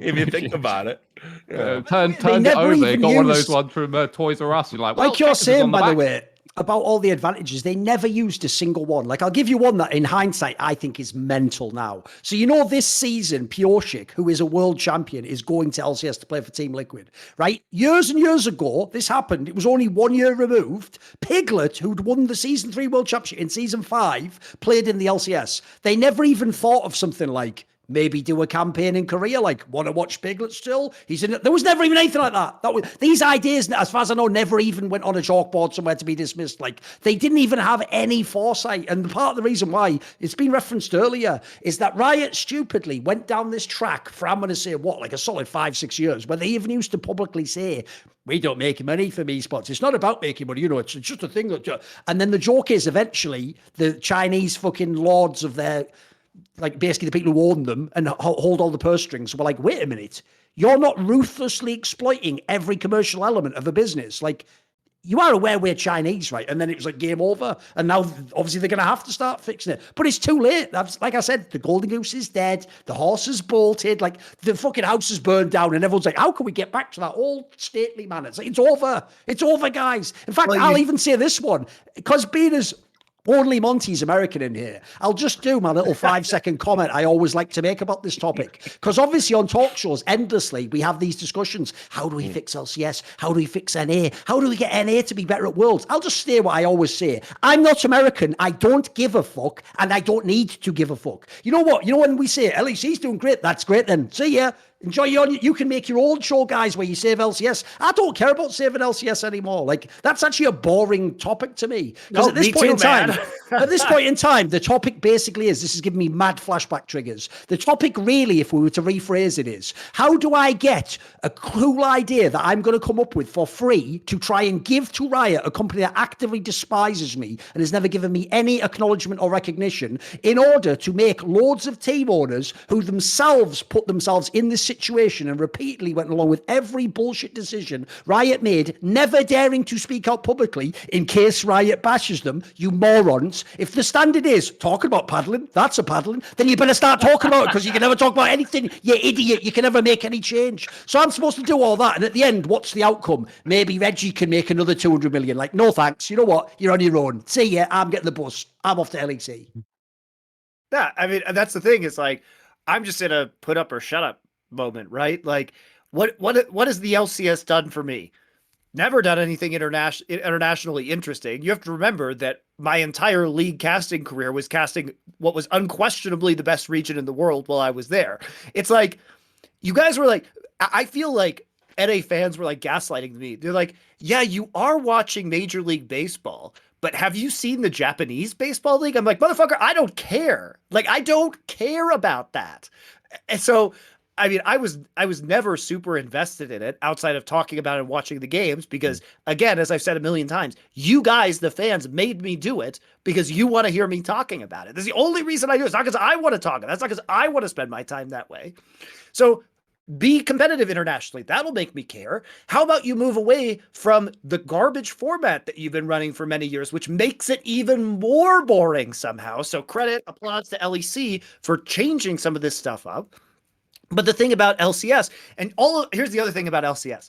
Everybody's like, well, all the fans are like, I don't know why they don't switch to LCK and do 2 best of 3s 5 days a week. It's like the viewership isn't there, guys. Where does that money come from? It's so expensive to add more broadcast days in LA because every other day you add is another day rate for the unionized freelancers that live in Los Angeles that you have to pay good rates to, because if you don't, they're just going to fuck off and do another TV show. They're going to go to a different live broadcast. It's not a shortage of entertainment work in Los Angeles, guys. So there's a minimum threshold that you have to hit that is vastly more expensive than almost any other place on the planet Earth. Like, why is it in LA? Never had to be here, right? So when we talk about that, it's like, if this was going gangbusters, if you saw increased viewership like LEC, there would be a justification. Well, our fan base wants more. We think we can get even more viewership with this. But in an audience decline, you can't justify those additional expenses. So you've got 2 days to work with, but they don't even make changes there. And in fact, here's something we haven't even talked about yet. They just took the LCS lock-in tournament and took it out behind the shed and shot it and didn't even say anything about it. It has been going on for the last couple of years. And yeah, there were visa issues coming in. We didn't really get to see full rosters, but it was kind of fun, honestly, to have a tournament at the start of the season. But when they announced things, they didn't even say anything. They didn't even tell us what happened to it. They didn't explain where it went this year. Where is it? Riot, say something, please. BAMTech all over again. Like they're la la la la la and just carry on and hope that it's Riot Games. They'll do anything to avoid publicly saying we made a mistake or maybe we misjudged something or this isn't working. Like, they just go look it up. Like, the only time I think they've ever been explicit in their failures was when a court mandated they had to say that as part of a fucking settlement agreement. That's who Riot Games are. They truly believe they're fucking infallible. I've been saying that ever since I came across the very first red t-shirt wearing losers at an after party when they just suddenly infiltrated esports spaces overnight. Like, oh, who are these guys? Like, who are these guys? Oh, they're all dickheads, are they? Amazing. Love that. So yeah, I mean, it's just who they are to the core. Like, you know, it's like, I don't know, man. They should open up a fucking league in North Korea because they're on that shit. Like, the glorious leader, Mark Merrill, never makes mistakes. You remember when he invented the light bulb? And it's just like, just rewritten history completely. When if you look at what the esports product is that they fucking created, their failures are almost unthinkable. They're almost unthinkable. Like Activision Blizzard, I don't know. I mean, they're just a joke at this stage. Can't wait for Microsoft to install some competent executives as part of that merger, when it goes through. But, like Riot Games had the hottest product in esports with the highest production value, with some of the most talented people willing to work with them almost inexplicably. Not to mention people on the periphery that gave them added value to their league for free. Streamers, journalists, pundits, people who do investigative reporting, keep everyone honest. Like, how much bullshit have I cleaned up for them, but never mentioned my name in any of the announcements, by the way. So they had the fucking dream and they fucked it up. Like it's actually incredible. It's not going to be as spectacular a failure as the Overwatch League, where that is going to, it's shot up and it's come back down to earth and it's going to crater within like 6 years, like a CGS or something. But their constant underutilization of everything they had going in their favor. I think when you look at it long term, you can look at what they've done with LCS and essentially, and maybe League of Legends broadly, and say, can esports ever succeed if you have all these advantages and still ultimately fall short? Well, Yeah, what the you can do is underachieved. you By the can. way, I'll also say as well, what does trigger me about this convo is the same thing I've had the problem with the entire time in League of Legends. I've always said it to Monty. From 2014, when we began Summoning Insight, here's how it goes. It's like I say something like, what about double a limb? Because at this point, I'm 13 years into esports, and everyone goes, well, I don't know if it'd work and what would happen with the law. As though like we're talking about some abstract, like astrophysics, like not something that's real that's going on. Like, no, look over there in that room. No, I don't see anything. It doesn't seem like anything to me, like some fucking Westworld shit, right? When they do this for years and years, do you want to know what one of the number one justifications were for the BO1 format, for the league split format, for the team house, was the viewership.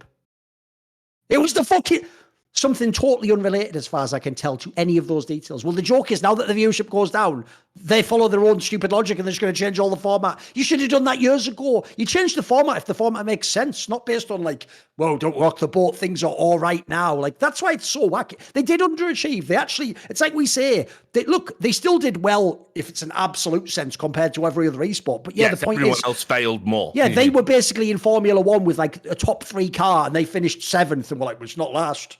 It's like, well, that's terrible expectation-wise, though, isn't it? Yeah, but I think the one thing that should come out of this, which would be good, at least I think from most of our perspectives, is now like the LEC owners should see it as having sort of ultimate power in terms of leverage when it comes to decision making and pressuring Riot for things that they want in Western League of Legends.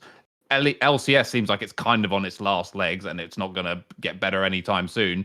And you are basically carrying the Western viewership and the Western pool of people, which is obviously still astronomically large and has massive room to grow. If you look at I know Riot never like publish anymore the actual figures. It's the same reason why they won't sort of guarantee to increase prize pools year on year, because they're worried that it will be perceived as in any given year that it's going down or whatever. But the game itself is actually still growing in popularity if you sort of go country by country, especially in Eastern Europe. And obviously it's easy to get a cheap PC to play the game on and all the rest of it. So in theory, the EU owners should now be looking at this and thinking, oh, well, all the fucking Kings in NA, your Jack Etienne's, your Reggie's, whatever, these guys are trying to come over and get a share of our shit. This is the time where we should be making demands and we should be pushing to get the things that we actually want. Because I can still remember a fucking time when every single, not every off season, every single fucking Riot meeting, we're having to fight for, please don't make a rule so every single European player can go over to NA. Please don't just fully open the import rule so we just lose everything overnight because they can pay way more than we can. And spoiler, by the way, even with budget, which was always the thing, right? Haha, NA, the retirement home. That's going to dry up sooner rather than later. More than half the teams in LCS massively cut their budget. Only FlyQuest, because they got a series round of investment beforehand, have increased their budget. EG are like kind of in a similar echelon, but still decreased budget. And I believe every single other team other than possibly Liquid, because of the implications of bringing over, they still have a smaller budget for sure than they yeah, did they like across the board, and that is going to continue to trend in that direction. And if we're funneling everything to Europe, including the viewership and even the viewership from NA now being largely European, although again, as Monty said, spoiler, it always was. That is actually the man on the moon meme. It always was, as far as I know. It was always Europeans.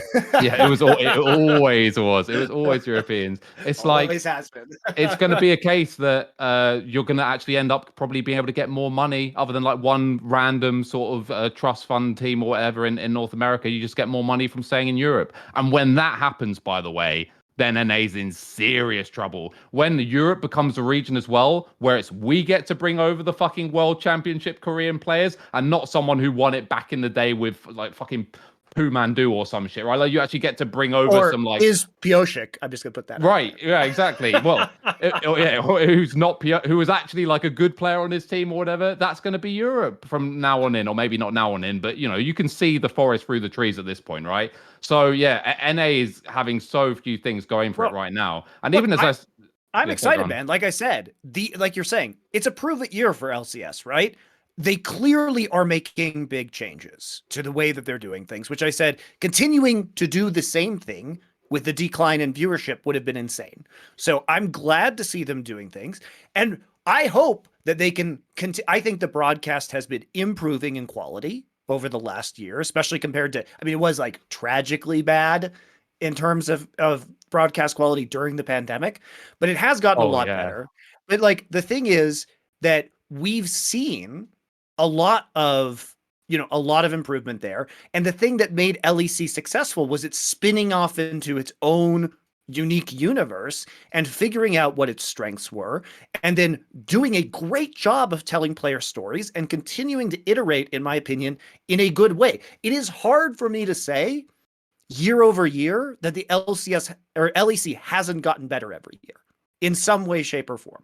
It has continued to improve. I cannot say that about LCS. It really went into decline there for a while. Like, by the way, 2018 Monty, through like 2021 was pretty shit for LCS. But to your point, what is like absolutely mind blowing? It was at the time, and it is now. Looking back on it as well, that pandemic year when, keep in mind, the European LCS, or what is now LEC, is in Berlin. The vast majority of players that play in that league, in fact, bar like 2 I can think of, are not German. And you're also dealing with Brexit as well, and there were your Alfaris and Cadrals at the time or whatever. Like, it's not that easy to get everyone during a pandemic in Berlin to play out a series. And go fucking watch those productions from LEC. They didn't miss a fucking beat, other than the players not physically being there wearing masks or whatever. They just weren't there. The whole broadcast team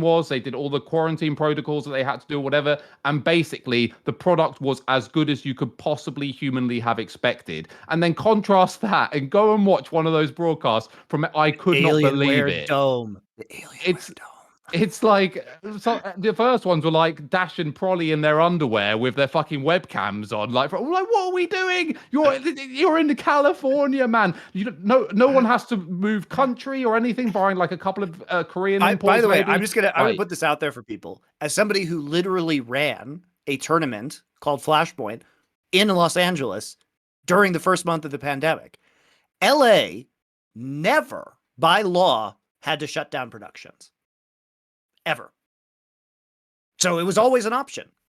That was one of the biggest fumbles I've seen in esports. Like, considering when you do resources versus with expectation versus reality, like, that was pathetic. That was like some Northern Arena. We are the third party of the third party streaming LFL for like fucking Czechoslovakians or whatever. Like, it was insane how bad that production quality was. Like, my goodness. But the point I'm making is, like, they're clearly taking risks. They have to take risks to change something.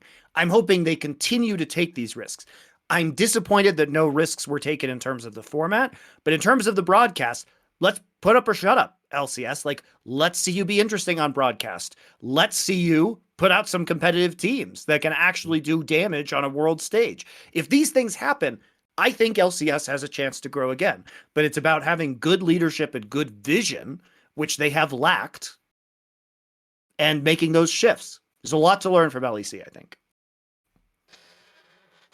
I had one. Wait, another thing I would just throw in there, if we're going to close up the LCS topic and move to some other things. One other thing as well, Monty, that I think people are really missing. This just shows, like, I've been saying this recently, probably the most boring thing, because it actually makes me realize when people like us quit, it's just over. It's like, in the modern day, it's not even that people don't get the facts and the information. They have to actually, like a little child, have it mashed up and then be fed to them spoon-fed, one spoon at a time. And now open up. Listen, this is going to be something interesting about it. They can't even put the info together themselves. So, everyone at the moment's like obviously celebrating the career of Freak and the fact that he won't be on LCS anymore. Guys, who the fuck does the LCS have left? They also had a golden generation of talent, by the way, that they've ran to the absolute limits. And now you've got people like Jack, maybe like partly still do it. And that's about, and then you've got Emily, and that's it. Like, this is a joke. There's another thing. Because Riot, it's a classic Riot topic, has fucked with talent so much, who are they left with? Like, the joke should be this. Since the money's only gone up, and in theory, I know the viewership hasn't, but the opportunities should have gotten bigger and bigger, LCS broadcast should be the absolute best broadcast in the English-speaking world, logically. It's the worst, which by definition, of course. Like, the joke is, as we're saying there, you could even argue there are actually ERL broadcasts not always English language ones, that are better, because those are people hooked into the scene. That is the guy you should hire. The joke is, because there's no Riot Global anywhere, they can just actually get real people. Like, I can't believe that. And there's another thing, Riot absolutely just like gave up the fucking lead and gave away. You do know, once upon a time, I can tell you for a fact, people like Loco Doco, LS, Dom would all have killed to be on the LCS broadcast. They would take that deal in a heartbeat. Now, none of them would take it, and why the fuck would they? And what a waste. Think of the desks you could have had. You could have had a desk where it is Doublelift playing against Bjergsen, and then you go to the desk and it's LS and Dom and fucking Monty and Dash. Like this, what was even possible with just the parameters we have now is so ridiculous that they never even came close to that. They have these, to this day, it's the most bland desk in all of esports is the LCS desk. It just is. Oh, I think it's clearly culturally that way. Dota would want a word with him on that front, mate. I was gonna say, I don't know. I've seen Holy TI. shit. Holy shit! But yeah, I think Loco Doco might take that offer as he all in NFTs, as far as I can see, based on Twitter. So maybe give him a call anyway, right? The best look, has he? Just he is one of those guys where you want to find out where he's zigging so you can zag, if you know what I mean. Yeah. Look, there was one topic I wanted to bring up, and I know we didn't explicitly talk about it beforehand, so sorry if this blindsides everyone. But obviously, one of the other things with like LCS has always been, Riot are always chirping about how they have better protocols for like looking after player welfare and stuff like that, right? And obviously, we had this situation manifest, which I know Rich has talked about, and I know you've talked about, with Danny over at Evil Geniuses, and obviously that story hasn't been resolved in kind of any meaningful way. And I don't do a lot of league content. So I did want to talk about that and kind of whether or not this was indicative of the fact that like NA orgs are still mishandling young talent, if it's a broader problem, if it's just an Evil Geniuses thing. But it does seem to me that something's gone on with that kid, and it doesn't look palatable from the outside looking in when your sister's having to leak DMs saying it's not all sunshine and rainbows over there to try and essentially force a move away from the org. So I wanted to talk to you since you all are the expert. But this way, I will say this is something I've held off on just because my sources basically said like they don't want this talked about publicly because it was the off season. No one knew what was going to happen with this guy, and there's going to be all scrutiny on him and people tell him to play and what. So basically, all I'll say to keep it very vague is what was claimed. I don't know if those are real DMs from that person. It was just a screenshot on Cadrill's stream. But I'll just say the gist of that is in line with what I'd heard. Like I'd essentially heard, despite the fact they themselves not only have marketed the idea, they've even used that dreaded term, Richard, that we're family, and that's why they were giving this guy time off. They've not only done that, but they had Just staff like members. Cosa Nostra, yeah, They had staff members preemptively lie and say, I attacked his mental health and said he should play and he's a coward and all these things. I never ever said there will never be a shred of proof. Spoiler, when they don't link the proof, they don't have any proof. That's a rule of the internet for you there. So when they did this, right, it's the opposite to what it's portrayed as. And as far as I've heard, it actually was Evil Genius org people putting pressure on this guy to play when he didn't maybe want to play. And even worse, creating the environment in which he did break down. Now, that's not as simple, you notice, as like they did it or they did. And I don't know how malicious it was. Some of it, I imagine, was incompetence. But I do find that whole topic really disturbing, not least because the effect, I think, of attacking people like me and making sure that, like, if you even bring it up, you get attacked, is a lot of people don't even touch this topic. It's considered like a hot button topic and people in league stay away from it. And there is no speculation around this. So as far as I can tell, aside from that DM incident, they were going to get away with it, mate. And even worse, it sounds to me like, I even heard it implied, by the way, it's not just that they were making this guy play, but that they might even like ship him off somewhere else when, again, it seems like he does not want to be a professional League of Legends player. So essentially, it's almost like telling the guy, like, right, patch him up so he can like pretend he can walk. Oh, anyone want to sign this player? And then you sign him and it's like he's got a broken leg. Like, it was almost that sort of vibes I was getting. What struck me as weird is that it's like, okay, we all saw the reaction like when they won, and how emotional he was, but not seemingly. I mean, I'm not gonna go Joy Reid and say I'm a body language expert or anything like that, but it didn't seem. He looked like he'd lost, didn't he? He looked like he'd lost the game. He looked really disappointed. I don't know what's gone on there but that's not a normal reaction to achieving, something that's exceptional in your career, especially at a young age. But then also what's concerned me a little bit is, and I've got no issues with Nicole, but when the CEO of the brand that you represent is coming out and saying, they want to make it known that we're considering other options going into the split, but he's absolutely still on our roster. He's absolutely still an option for us. He's absolutely still in our organization. And then also responded to when these alleged DMs leaked, and was talking about how they can't say anything because it might be a HIPAA violation. I'm like, what the fuck? Like, I'm not sure that's true, by the way. Yeah, well, of course it isn't. Of course it fucking isn't. It's just a really weird thing to say, and it's like, listen, you in some areas, if you're unsure, like, say nothing. Orgs never really get that. Sometimes you just say nothing at all and it's fine. But this has been regular public updates, and I think it's like EG are really trying to deflect from any kind of complicity in anything to do with this kid's mental state, and it looks a bit fucking. It looks awful from the outside. You could just say we're just going to pay out the rest of his contract, or like whatever, right? You could literally make a statement and say like, hey, so we're going to pay him, thanks for his service to EG. Like, we understand that competing was very hard at the top level. It takes a lot out of people. He needed a break. Being a pro player is very hard, guys, and it is extremely mentally taxing, and it's not a sign of weakness that not everybody can do that. It fucking sucks, frankly, to be a professional player. You have the amount of stress you're under from the fans, competitively, it's crazy, right? And so maybe he just wasn't cut out for this, and there's nothing wrong with that. But all you have to say is like, hey, thanks for your service. We're going to, give you this amount of money to leave. It does create maybe perverse incentives for players that want to retire to, like, say that they need time off and then get a payout at the end. So maybe it's not the best way forward, but there are, I think, ways that you can deal with this situation better than what they did. But all I will say is, like, now Thorin and I have talked about this extensively on our shows and our thoughts, and you guys can go back to those moments. That was when I didn't have information. I do have much more information now. And all I will say is I would not trust a word EG says publicly, ever. Yeah. It's even if you go and watch the most recent Summoning Insight where we had Peter Dunn on after he'd left EG, it was even if you read between the lines, he essentially, now he span it the positive way because that's who Peter Dunn is. And also, I guess he doesn't want like beef with his old dog. If you read between the lines, he actually suggested that the public perception is backward. Like, the public perception goes like this.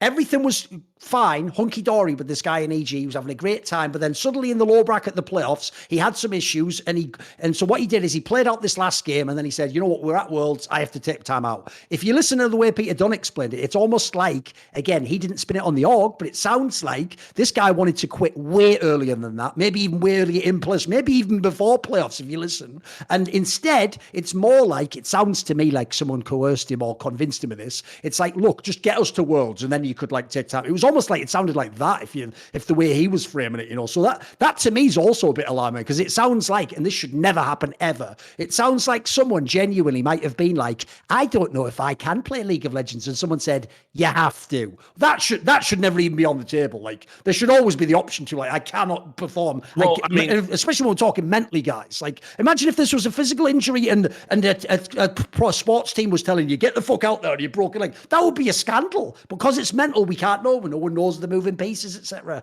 Yeah, and this is why it was sort of reminiscent of not saying it is the same, but there were elements where it's like the power dynamic. I think about like other stories I covered back in the day, like the Meet Your Makers thing, where contract clauses being thrown around, and obviously with that we had a player being told, you can't move orgs because we'll literally evict you, we'll have your mother who's a co-signatory evicted, we can take her house, and like crazy shit. And I'd always hoped that one of the improvements that was going to happen in the world of League of Legends with, player associations, better agents being out there, although we all know that's a fucking pipe dream in some regards. But, also as well, this increased scrutiny because of the scandals that have happened related to how players are being treated by partnered orgs in the league. I always thought the Riot Games would, take that a lot more seriously. But this case seems very odd to me from the outside, and I'm not like you guys. I don't have any specific information beyond being Still, told Richard, there's I'm more sure with the just meets the eye. knowing just the things you know about the CSGO side of the org, though, I've got to make you ask questions, you know, because I've been covering both simultaneously, and mate, all I'm going to say is it's bad across the board, in my opinion. Yeah, well, we'll have to have a chat about it at some point. But you know, for me, it's like that story also seems to have. I don't know. I don't know what League of Legends fans get upset about these days, because that's like, you've got a very popular organization. You've got an upcoming young player that's being presented as one of the better talents to have developed in a region that is talent starved. And then you've got, just before what should be the pinnacle potentially of his fledgling career, that's when he wants to tap the fuck out and go on a prolonged break. And then you've got this thing with the sister DMs. Again, don't know the veracity of them, but certainly they were being presented as genuine by the people that discussed them in the League of Legends space. And then you've got the CEO of the org coming out and saying, no, don't worry about it. I'd love to tell you more, but we can't. It's really sad. It's got to this stage and blah, blah, blah. But then it's just died. It's just died on the vine. No one's picked it up. Again, where's the player association? You know, by the way, it's even actually kind of a bit conspicuous, if you think about it, Richard, that the entire messaging from like the CEO wasn't, that's a fake DM. That's case closed if that's a fake DM. The fact that they didn't almost implies it's real, by the way. Yeah, there's two issues I have with it. One is just EG in general, and to your point, Richard, the reason why I don't think they went down the road of like, we'll just say nothing, this will blow over, whatever, is they have kind of done a Noah Winston light, or tried to with the EG brand, where it's like, we're different, we're better than everyone else, we look after our players, we really care. Like, they have undoubtedly gone for that messaging, at least to some degree, so they feel that they can't stay silent. But then to me, the problem was, the CEO or whoever made the decision then feels compelled to put this video out, which for anyone who hasn't seen it, it's just her speaking to a camera, and it is the biggest load of nothingness waffle ever. And the problem with that is, you're like, oh, she doesn't say anything, no harm, no foul. The problem is, because she doesn't say anything but speaks for 2.5 minutes, I don't care if you talk about, wow, hip or whatever, there's no excuse. Like, I cannot watch that video and not think that there was something nefarious on EG's side. And you can say that's unfair or whatever, but I've ridden this rodeo far too many times to I know how these things go. And there is no way, the way she talks, the way she frames everything, her complete refusal to touch on anything whatsoever. And she can fuck off with the, you know, oh, but my lawyer this, whatever. No, bullshit. If you actually said no, but I think it's actually really important that we do get out some kind of messaging, like we have to give the fans something to show that, you know, this wasn't all really bad or whatever, you could do it. In good standing, you would do it alongside the player. Yeah, exactly. Yes. Exactly. You know, the player would come out and say, there's lots of speculation, but I want to make it clear it's nothing EG has done. This is a me thing, and I'm taking some time off from the game, and EG would put it out on their socials. I mean, that is how you handle that type of thing in sports. So conspicuous by its absence that isn't there. Yeah, absolutely. Have you noticed how that really is the trend in League of Legends esports? The joke is, the way they fuck themselves is they're so used to lying that the odd time they are telling the truth, they're like, no, I'm being honest. Like, look, here's all the info and everything. So when they don't do that, it just gives it away, doesn't it? Yeah, that's why liars always get caught, because once you notice that pattern, it's game over. So as soon as everything's a vague equivocation and I can't say much about this, the joke is they all, when they don't show any evidence, just claim to have evidence and say all sorts of shite that you can't double check. But magically, they couldn't speak on this topic. Weird how just that to my works, point at the end, guys, and I'll ask you as well, like, because I know we had Philip, wasn't it, from the Players Association, Phil, right? Yeah, came on and did an earlier episode of this. But like, I mean, surely they have to, like, did they actually say anything? That, you know, we will protect all of our members, we'll look at things, if there's anything untoward going on, we'll be the first to know. Like, any sort of, like, even just a broad statement that doesn't reference EG specifically, but it seems like the thing they should give a fuck about. Didn't they imply in her video that they'd had some like third party coming and doing an event? Am I misremembering this? Didn't she say something like that? They had someone come in and check like the best practices or whatever. I think that was in the video. Yeah, I think she said they were going to get a third party. Yes. It was, yeah. Right. I think so. But no, it obviously hadn't happened yet. But also, I don't even know if it's like the player association or something. I think it was more, I remember at the time thinking it was more like TSM, we're investigating ourselves vibes, where it's like, don't worry, guys, we're looking into it kind of thing. Like, I can't remember the specifics. I could be wrong about that. But I remember thinking she just said something like, there will be someone who takes a look at it in the same way that, someone who you dislike comes up to you and asks for to money. bring it back to the topic, though. EG hire a lawyer, essentially, to come in, look at all the evidence, and then put out a fucking statement like we saw with TSM and the regional bullying thing. It'll just be like that. Bring it to the topic, though. Yeah, I actually do think this is another example, like we've had a million in CSGO, where it's like, if this isn't a topic for the player association, what is? What is? Yeah. Then remember, I'm implying it's potentially possible a player is being forced to play through mental anguish. If that is not a topic for the player association, then it is a fake organization that serves no purpose. I mean, they may be doing an investigation right now that they haven't announced the results of yet. Like, we don't know.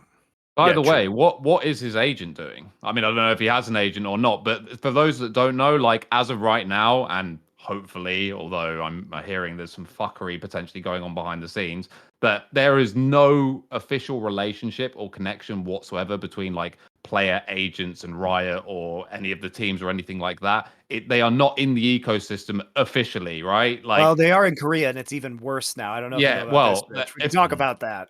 I'm hearing that Riot wants to do the same thing here, but I mean, yeah. But as of right now, that's not a thing. And so basically, the way I understand it, and obviously there's local judicial law or whatever for the laws of the land of California might be slightly different. But I see no reason why whoever his representatives can't like straighten the record, even if he himself doesn't want to say certain things or be in front of a camera or whatever. You can say something, you can feed something, even if there are certain things where legally, obviously, you would want to tread carefully. You can definitely get your message out there. Like, it doesn't take a fucking wordsmith to be able to put something into the ether where people get the gist without completely fucking yourself or your client. Like, just takes what's a little bit of crazy? time. We actually have a thing like that outside of League of Legends North America. It's just called journalists. Yeah. Just turns out you need to not drive them out of your scene and ban them. Yeah, if your agent doesn't have a legal advice or a savvy head, he could just leak it as well. And I hear that agents like leaking things to journalists when it suits. So doesn't this suit? Oh no, sorry, that's your client that it suits, not you. My bad. By the way, should we pivot and talk a bit about like the agent scene in League of Legends? Because to me, it's one of the most interesting. Like in other games like CS:GO, we have our own dramas, but I feel like League is unique because the way the format of the circuit is constructed, if people don't know, is they tried to make, look, this is actually on the face of it, in theory, a good idea, a real off-season. So unlike CSGO, where contracts can run any length of time, and if you go and ask a random top team, they won't know when Simple's contract necessarily runs out or when Nico's runs out. So actually, for other teams in games like CSGO, it's very hard to plan around when am I going to make a roster move, when do I bid for someone, when do I play, like, save money now to make the big play for the guy like LeBron style then. Whereas in League of Legends, the problem is, this is why you can't have nice things. Even though they did create this off-season, it became a nightmare that is only used against the players themselves, the one person you want to do the best. So what happens if you're a player is you have this small window, and it's not even the full window that you're allowed of the off-season because everyone goes within the first week because of how it works with talking to the teams. So what you do instead is you make every single year a mental musical chairs style scenario where someone who is definitely way, way better than just good enough doesn't get a spot in a team and ends up just sat on the sidelines like, what happened? Well, what happened is you zigged when you should have zagged. Your agent misplayed the offseason. A few orgs pressured a bunch of people. One got a good deal, one got a bad deal, and you just sit on the sidelines. Like, there's so much room for fuckery as far as I can tell in League. So, Rich, give us some of your thoughts. Like, what are the main issues you think with the agents in League of Legends? So, like, the biggest overarching issue, and this is something I've been trying to, like, fix or at least navigate fixing for, like, a while now, but, I mean, it is kind of complicated, but I'll just like lay out the basis. Like my biggest issue from a player perspective, because again, and when people will try and make parallels with sports and say like, oh, it works like this here and this there. And first of all, player agency work in esports is nothing like sports or traditional sports or football or whatever, because there's no physicality. Everyone is competing for each other's job. It's not a case of like, oh, you're playing basketball, so you get your minutes no matter what team you're on or whatever. Like there are a set amount of allocated slots, and to represent loads of players in the same positions is a conflict of interest inherently. I don't care if the law says that it is or it isn't. By any logical thinking brain, if you represent, for example, Odwamne, Alfari, and Bwipo, you are in a massive conflict of interest because these people are all competing for the exact same slots every single off season. So it's just like my personal ethos, obviously, that I will never represent multiple players in the same position that are at like similar points of their career, because I think that's just an inherent conflict of interest. But again, that's like gray, dodgy lines moving all the time as well. And I basically say to every player I work with, look, if for some reason, let's just say like a team overvalues you or wants you, and actually they happen to be talking to my established player or something like that in an unforeseen circumstance, I will basically recuse myself from the situation entirely. And if that means even losing you as a client, so be it. Like, hopefully that won't have to happen. But I'm just saying, should this reach that bridge, I will have to recuse myself. That's how it is. But currently there are no rules or anything. And again, unless Riot decides to try and get involved, which I can't see how it could ever work, because why would someone like me or anyone opt into their system? Fuck you. I'm not an agent then. I'm a consultant and this is my fee. Like, you can't control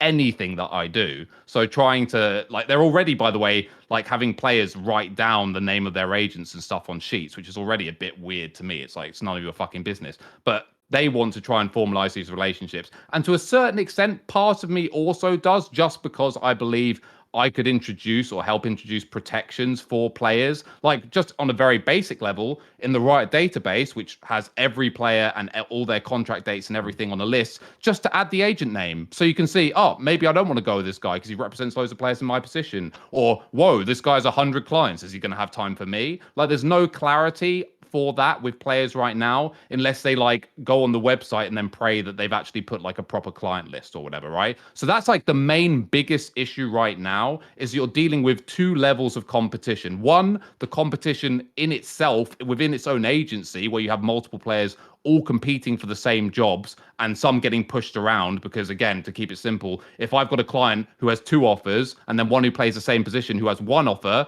but it's on one of those teams, I play musical chairs and I try and place people, even though it might not be optimum for my better client who has two offers, right? So how bad that is, because this is a story Rich just told. It's actually really happened in League of Legends. Happens all the time, there have been scenarios where a team got the player they didn't want. The player didn't want to go there, but as he says, the agent just goes, I get two deals instead of one this way. That is the opposite of what an agent should be doing. Should obviously be representing the player's interests. And they're all in contractual breach, because the fundamental clause of any representation contract is I will represent you to the best of my ability in the best possible interests of you as my client. And this is breached every fucking off season. But obviously it's subjective, isn't it? So if someone would ever say, hey, clearly it should have been better to go to Fnatic than this team, you can either just hindsight it and say, well, that team underperformed, so maybe I just knew something you didn't know. Or you can say, well, sure, that offer was better with money or whatever, but, you know, I think in terms of environment, like, it's always super fudgy. So I would like to see something where there's just way more clarity for players to make better informed decisions. But ultimately, I also don't want Riot to come in being world fucking police and be like, you have to do this, or like in LCK, you have a 2-year license. Like, fuck off. You are not qualified to tell me if I have a license or not to be an agent. And as I said, I will just declare myself as a consultant if that ever happens. So I mean, this is what's nefarious and going on in the LCK right now, which we've also talked about in previous shows, is that Riot is in the process, as Rich mentioned, of instituting an agent licensing system through Kespa. Mm-hmm. And so people have to take a test, which of course will only be given in Korean. So that means that any foreign players that would come to Korea have to have a Korean agent, which is kind of fucked up in its own right? Especially if you're a potential Chinese player that wanted to come over or what have you. Now, that hasn't happened, to be clear. But if it ever did happen, I think it's very Korea-centric. But as is usual, and I'm just going to put this out there in terms of Korean business, there is often large corruption that occurs. Bribes are made, kickbacks are made. This happens consistently in Korean business. You do shock me, sir. I know, it's really amazing. So the whole thing is like, it has inherent problems, because even if it isn't used this way, it is a possible vehicle of corruption and bribery in order to obtain an agent license in this way. They can control who is an agent and get rid of the people they don't like, it also creates a conflict of interest for the agents in which if they potentially fight too hard for their clients, they could not get their license renewed, right? So we really do not want Kespa or Riot Korea involved in the process of vetting these agents. And the reason why this is being implemented, it actually is a pretty hilarious reason, is that some of the parents of the players have been absolutely owning the LCK teams in terms of representing their children and like getting maximum value. And they're like, we're tired of this one-sided affair. We want people that, you know, have a vested interest in like working with us and making us happy, because the parents are just trying to maximize the value of their children's contracts, and they are fucking banging these LCK teams. And so they're trying to get rid of this, actually.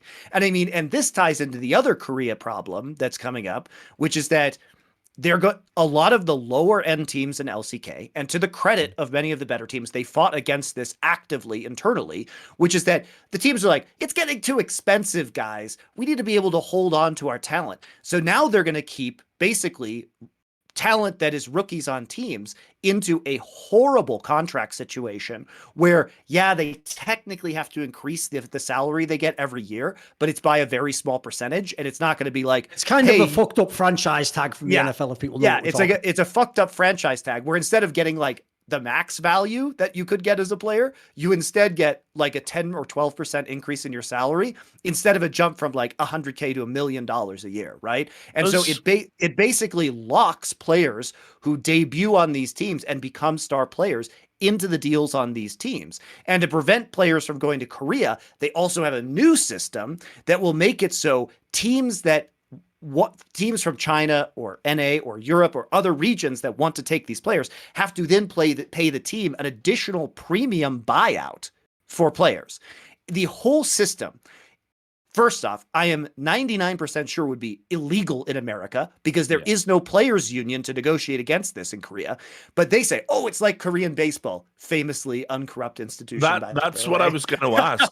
Does Casper not offer any union services whatsoever for players? No, there is no union. And this was decided unilaterally by the league LCK. So basically, they're putting their rookie players in contract hell for a number of years and trying to limit them. There is no upside to the players, by the way. There's no upside for these players. It's a farce, and nobody is talking about this. Yeah, I think this is something where, again, this is pure guesswork on my side, and maybe you know a bit more about this, Monty, but I would guess just the laws of the land allow this ridiculous abuse of power to happen, where I would imagine in America, certainly, and hopefully in Europe as well, that actually this won't be realistically possible to implement. Because as I said, like a really easy loophole for someone like me is if a motherfucker from Riot comes up to me and says, I need to take a test. First of all, this like ties into my like flawed logic of a democratic utopia where, you know, you're ranting like, why did the common man get a vote? Like, I want to give it a competency test. You don't even understand the policies you're voting on. Here's a test. Sorry, I'm writing the test, am I? Like, who at Riot's writing the agent test? Who is that person, and why are they more qualified than me or anyone else to write that test? Does have vibes of that esports certification as soon as you say something like that as well. Exactly. Dude, I'm just expecting bad. Bryce Bloom to come around the corner with a fucking checkbook. Like, oh, who have we got today? Oh, Dexter. Oh, Tick. Oh, X. Like, fuck right off.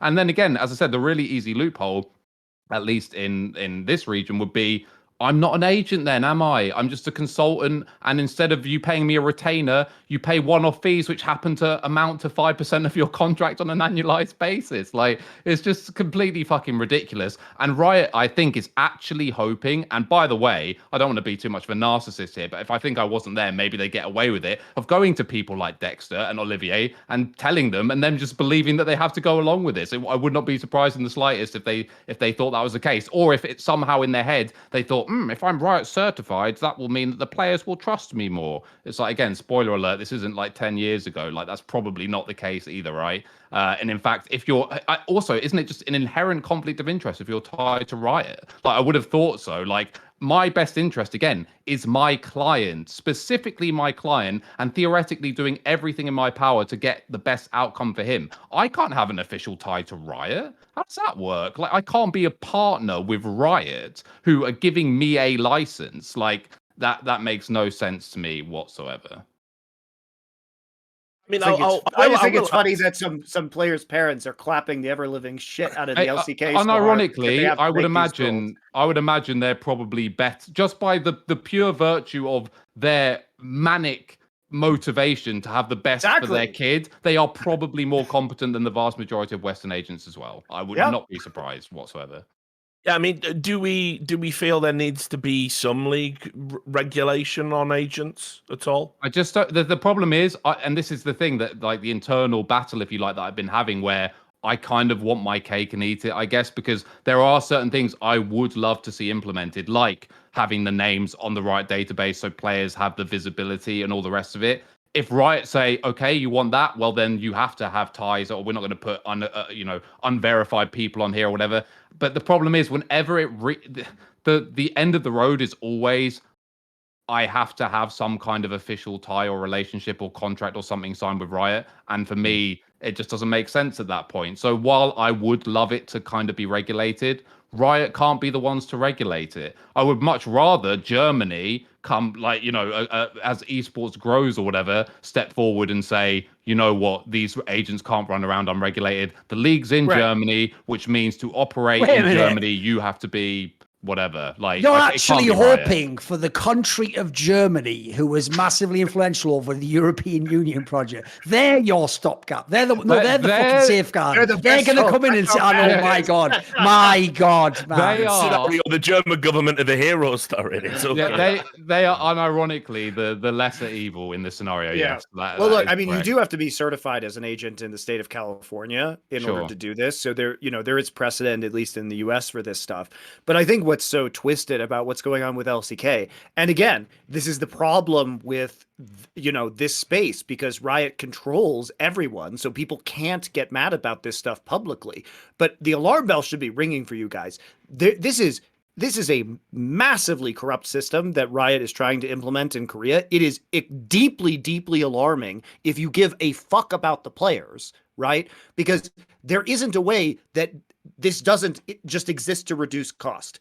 It's designed to reduce costs from an agency perspective, because the agents won't fight so hard if there's a threat to losing their license, right? And they're going to play nicer with the LCK teams. It's reducing cost for rising stars. It's benefiting the teams by bringing in more income for having these ridiculous surcharges for players going to a different region, which, like, frankly, I don't even know how that would be implemented. If I'm being honest, like, if a player fucks off to China, goes to play for the LPL, and they're not even in the country, and LCK team's like, give us our money. Like, what recourse do they have? I don't even know if that's like enforceable in a way, right?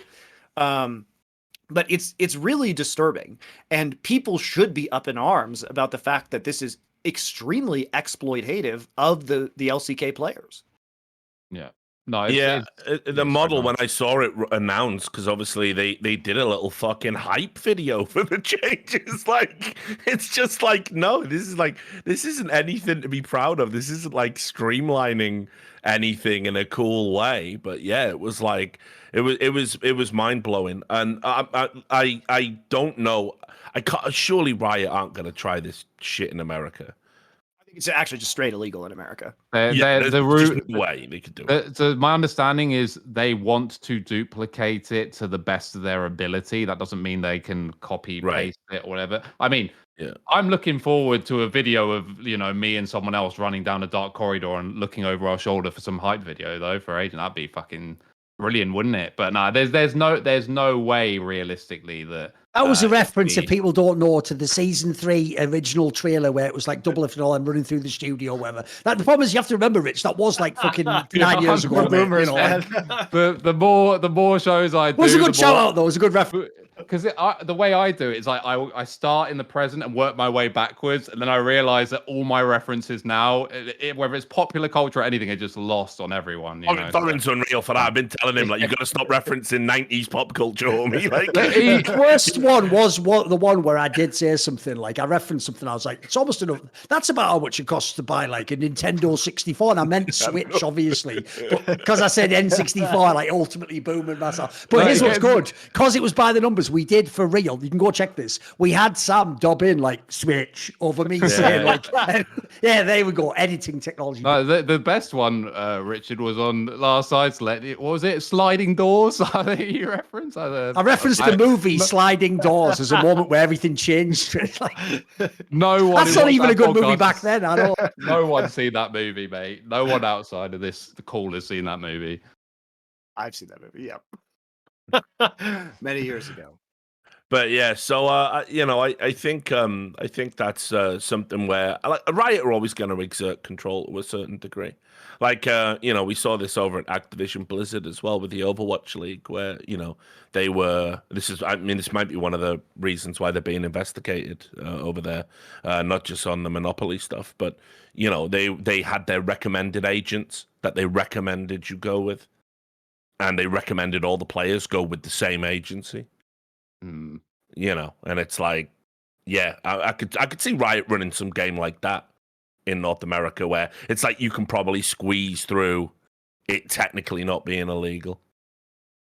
The problem I have personally right now is that I'm now really paranoid about this side project thing that I have going, which involves Riot. It's nothing like officially in paper or whatever, but for anyone who doesn't know, like I'm doing stuff with like trying to integrate female pro players into like low tier main players. Apart from anything else, it's an experiment to like, how far can we push it? Are there sufficient biological differences? Could it actually be really cool that we can get females to the top of like the main scene theoretically or whatever? But anyway, obviously this process involves Riot. I'm in communications with Riot, and I understand that at some point, if the legs, become enough or whatever, I'll probably have to sign some kind of document. I've already told them I won't take any fucking money from these cunts. Like, if they have to give me money for whatever reason, it's going straight to charity. But I might have to sign a document at that point in time. But if any of this stuff is true about the agency stuff and them trying to, have oversight on it or whatever, I can't sign a Riot document. I mean, I'll have a lawyer go over it or whatever and, read through every fucking little potential trap or loophole, but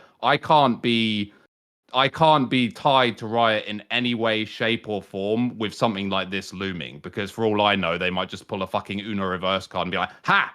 Now you're in for the fucking database changes, aren't you? You can't, because you're basically signed to us, or there is some kind of tangible partnership there. Oh, so you are fucked there, because think about it logically, right? They have a tiny piece of leverage, and even worse, and this is actually the worst, Rich, you're the absolute mark because you actually care about that project. That's even worse. Yeah. In theory, you want them to believe you're cynically just doing it if they pay you or whatever. But if they know you actually care, they probably use that leverage against your cause. It'll just be inevitable at this point.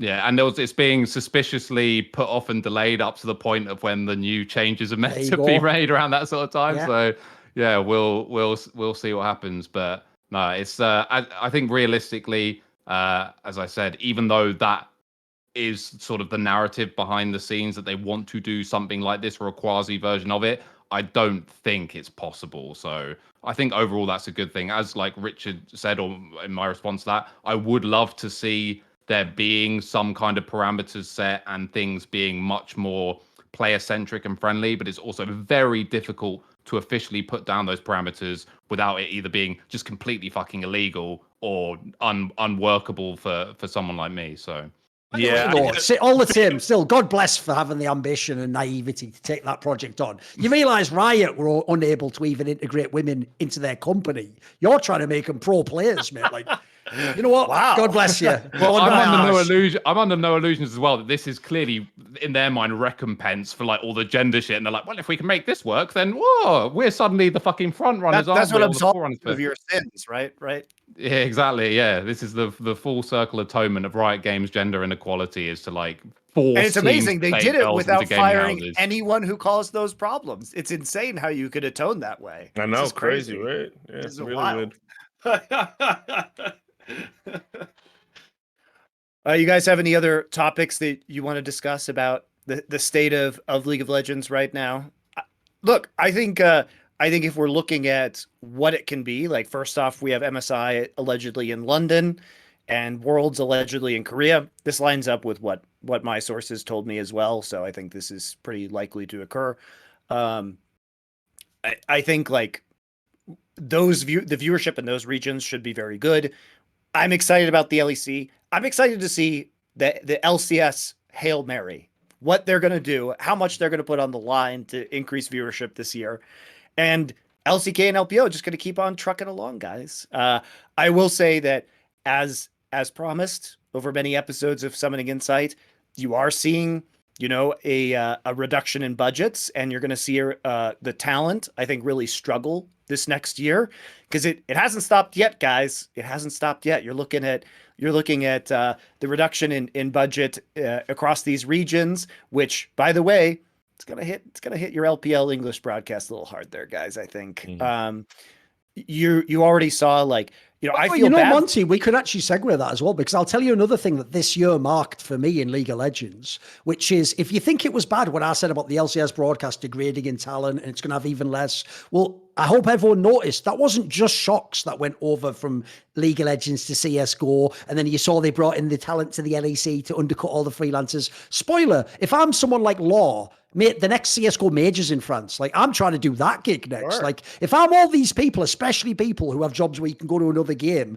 I'm using this as my leap to another game, and I'm trying to work in multiple games. So even that element of League of Legends could be degraded. Like, maybe you won't have all the top talent anymore. Maybe it'll get, by the way, and here's a vision of the future, like CSGO, where in CSGO, you naively think, because this is the desk on an ESL event, it must be the best and most expensive casters in the world. And you don't know, they cynically make that desk, and they hire these two top casters, these two sub-top casters, these really cheap ones to round it out. They put in this person who's never made it as a host because it's half price. This big name, you know what I mean? Like, they just pick a match and they balance it out. So the joke will be, you might have already seen the high watermark of talent in League of Legends. It might just get worse from here on out.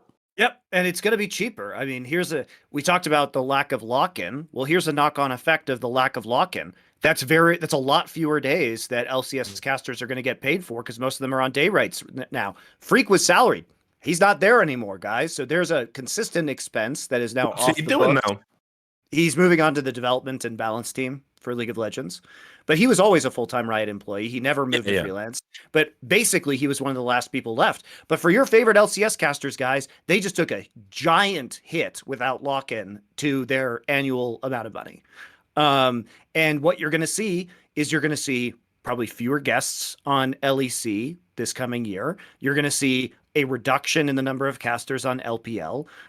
Casters are going to take a hit in terms of their days, and some casters are really, frankly, just going to be barely scraping by on the number of days that they get, because Riot has a monopoly, so they don't have to. There's nowhere else to go. It's one of the reasons I fucked off, was because I could see where this was going, right? By the way, Monty, I'll ask you this because I only heard something, so maybe you know more than me on it. Wasn't it even implied that was part of how they fucked with some of the casters? It's like they would sign you to a deal that on paper sounded good, but because, like, the mechanism was the number of days, obviously you're getting your day rate, you would sign a deal that was like, well, this should be great if I guess I'm doing all of LEC, and then you'd only find out later, like, oh no, we're assigning you, and then it would be less days than you thought. So effectively, it was a way to just get you back down to what they wanted you at. I mean, in some ways, it could be even more insidious, because they'll sign you for like a minimum number of days, and then like have you go somewhere, like upend your life and like go to wherever the location of, so you can get your days in, right? And then maybe they give you more days and like you're doing okay, right, or whatever. But there's always that risk, and they just keep you in permanent suspension. Basically, like, there is no multi-year deal. You're renegotiating your deal every year. You don't know how many minimum days you're going to get. And these are people who are literally changing countries. The way I can tell you, in Europe, you cannot live that way. Like, to even get, Rich will know more about this than me, to even get a place in Germany, if you don't know, I heard, like, the law in Germany is to even do anything, like, with the government, you must speak German. You're not allowed to do it in English. I've heard to go to France, for example, there's a mad thing where you have to, like, have a person who already is a, like, renter in France sort of, like, co-sign for you to get your... So basically, what I'm pointing out here is, you don't just go for a month and work on LEC. Like, if you move kit and caboodle to Germany, and then they just say next split, actually, we're not going to use you. They have just fucked your whole life. And there's no way around this. There's no like safe option. Like, you basically are committed as though it was a full-time job, but with none of the protections and safeguards, as far as I can tell. I'm dealing with this exact thing because my off season is basically over now in vis-a-vis players, but a couple of people, you could probably guess the names, have come to me who are on the casting side or whatever. So we've been talking with Riot and so on, and those exact scenarios have happened, by the way. Like, people have physically moved to Berlin, on the assumption of or on the result of the conversations they've had with Riot, and then it's like, hang on, but these, if I only do these minimum amount of days, I don't even cover my fucking rent. I've literally just moved my entire life here. And they're like, well, you'll probably get more days. And then, of course, they're now just beholden to that. And if they don't, well, it sucks. Can't pay rent, I guess. So yeah, it's a massive problem actually, and especially because Riot as well now, like you probably even like as fans or whatever, you've probably seen they've been massively expanding the pool of people that they've been working with. Again, first of all, because they don't want to make kingmakers. There was that whole thing with Shox last season where it was protracted negotiations that went on for fucking ever because guess what? She wanted market value. Can you believe it? So that was a massive problem for Riot. And after that was over, they're like, fuck this noise. We're just going to bring in like 10 new fucking casters, use NLC as a smokescreen to just get people to move their entire lives to Berlin by giving them like full-time hours. And then kill NLC. What's this? NLC, boom. It doesn't exist anymore. And you fuckers are stuck here and you have to accept whatever money we're willing to give you on reduced days. The people that were working NLC last year are now working fewer LEC days this coming split than they were working when they had the full-time job of NLC as well to fall back on. So they've gone from having two jobs, essentially, one being more or less full-time and the other as a guest spot, to now just having the guest spot with reduced days and day rates. That's the situation. So you forgot to mention, these people are simultaneously watching as a bunch of other people have co-streaming rights that net them millions of dollars, and they don't get those rights. They're not allowed to have them. Oh, don't worry, though, because the people who already have their fucking pockets filled with this shit are going to get those rights sooner or later. You're going to see people like Ibai and all these people. Guess what? They didn't just get to come into the like LEC and get the same deal as everyone else, because that would be, you know, pretty fair and equitable, wouldn't it? No, because he's such a big guy with a big fucking sphere of influence, especially in the streaming world, that's part of the deal as far as I know. He's going to be able to co-stream. He is going to be able to co-stream even at certain LEC things. So I just love the way that because you said he's a big guy, you quickly realized like shit, I meant an M, and you like tried to style it out and see, I knew what you meant. Rhetorically. I'd gotten away with that, and then I saw Thorin smirking out the corner of my eye, like whatever, it's fine. But yeah, I mean it must be infuriating because you know, you watch all these co-streamers that just sit from home, get given the golden ticket by Riot to watch these games and basically do the same job that you're doing, except they get to monetize it on their own streams. And because they have exclusivity, they get it for millions of dollars. Meanwhile, you're just trying to fight for your life to get enough casting days to actually pay your rent. I mean, it's bad out there, guys. If you're thinking about being a League of Legends caster, I would strongly advise you not to do it. Think about this, as Monty says, if you work there, you're working there. You know that next week, by the way, some guy from CSGO just comes and takes your spot for no reason because he's popular and they can undercut you. You're watching all the games, including games from other regions, to be all qualified and maybe get that gig at Worlds. Meanwhile, some former pro is literally just watching some of the games, talking occasionally, telling stories, while his braless wife brings him a sandwich or whatever that fucking ninja tweet was I'm referencing here for the Zoomers. So, like, that's almost like the fucking contrast. It's like, how is this fair? Like, where is the equitable nature of this? References to boomer territory now, mate. Yeah. But here's the thing. It's like, but good one. These people don't even get the co-streaming rights. It would be one thing if like co-streaming rights came alongside, you know, having a Riot casting job potentially, so that you could at least, you know, try and get your own shit together. But if you're an LCS caster, you don't get LCS co-streaming rights, even if you're not casting on those days. You could just not be casting one of those days and fire up your own stream. Nope, that's not allowed, because if you started doing well enough to leave, then they wouldn't have you anymore, and they just keep you in perpetual servitude to them. That's what their I goal. love, though, is this is the ultimate example, by the way, of what I said about how Sauron doesn't share power and Riot will always leverage and fuck everyone. Because even the entities Monty just referenced to are the only ones who seem like they're getting away with it. The core streamers. They sit at home, they watch the games, they get thousands and thousands, they make millions of dollars, and even they get fucked by Riot. Because what Riot does is this. Oh, did you spend all year watching this league? You're basically an expert on it. Sorry, you can't have core streaming rights for Worlds. Oh, but I'm going to give co-streaming rights to this guy who's like rando, like some K-pop fucking related guy or something. Like, what? And yeah, they'll just do you dirty like that. Like somehow Riot, the thing I've always found so gross about this, not just that they have to exploit you or make more than you. It's like they are the guys. Put it this way, I'll give you the fucking soundbite. Riot don't just fuck you; they always give you a dirty Sanchez afterwards. Jesus. I mean, think about it this way. Think about it from the perspective of the casters. So you pretend you're an LCK caster for a moment at the World Finals this year. You not only are not invited to be part of the broadcast, there were 0 LCK casters in an all LCK final. Okay.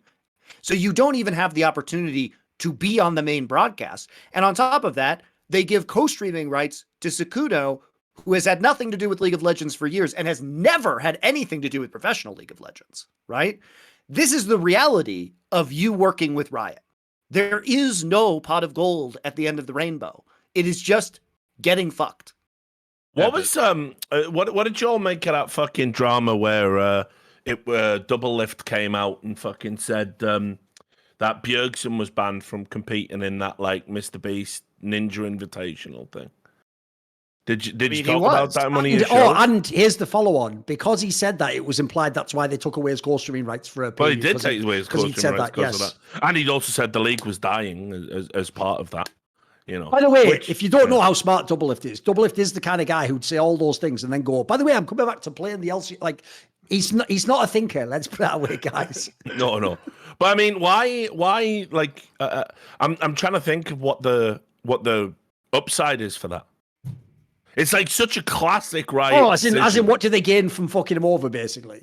So well, I think they're just worried. Here's what I think it was. I think that they were concerned that it was going to set a precedent that people could run other charitable events that would then allow professional players to participate in them, which could be, I think, legitimately used nefariously to like prop up brands. So you like, let's say you're running like some, you're a tournament organizer and you run a one-off League of Legends charity event because you can get all these big names and then you use that as promotion for your brand. I think there are very legitimate reasons not to let him do that. Now, was this one of those times? Should an exception have been made? I think that's an interesting point of debate, but I do agree that the precedent that it sets is pretty terrible. Yeah, I mean, it's when I heard about this story, like I was like, there's got to be more to it. It's like there's some sort of contractual clash or something like that. But yeah, when I looked into it, it was just classic Riot. Like, nope, you will not be allowed. You will not go on someone else's event and give them value because you play. You operate within our league. Yeah, I mean, I do think you have to. There is value to protecting your assets as a league and your competitive integrity and your competitive advantages. So I do struggle with that. I also, this argument gets made, which I think is weird, where it's like, oh, this would have promoted the LCS to like a younger audience or a larger audience. Well, how many of those people were realistically going to be like, I watched this Mr. Beast Ninja show match and now I'm going to watch LCS? Like, what's the conversion rate on that?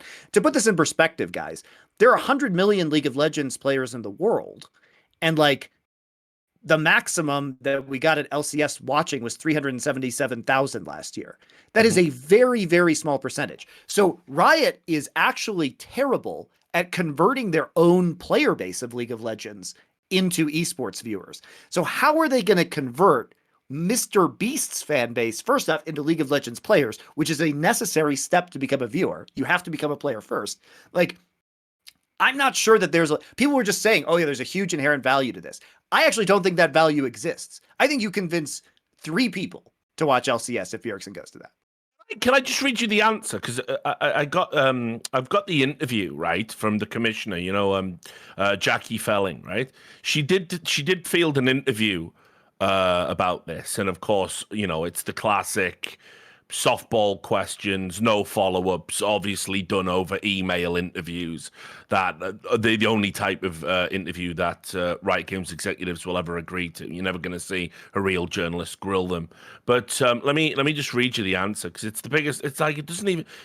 She doesn't even address the topic at all. She said, yeah, so on the Mr. Beast and Bjergsen thing specifically, of course the LCS wants as much exposure as possible and loves to support our players. They love to support the players. Didn't you know that, guys?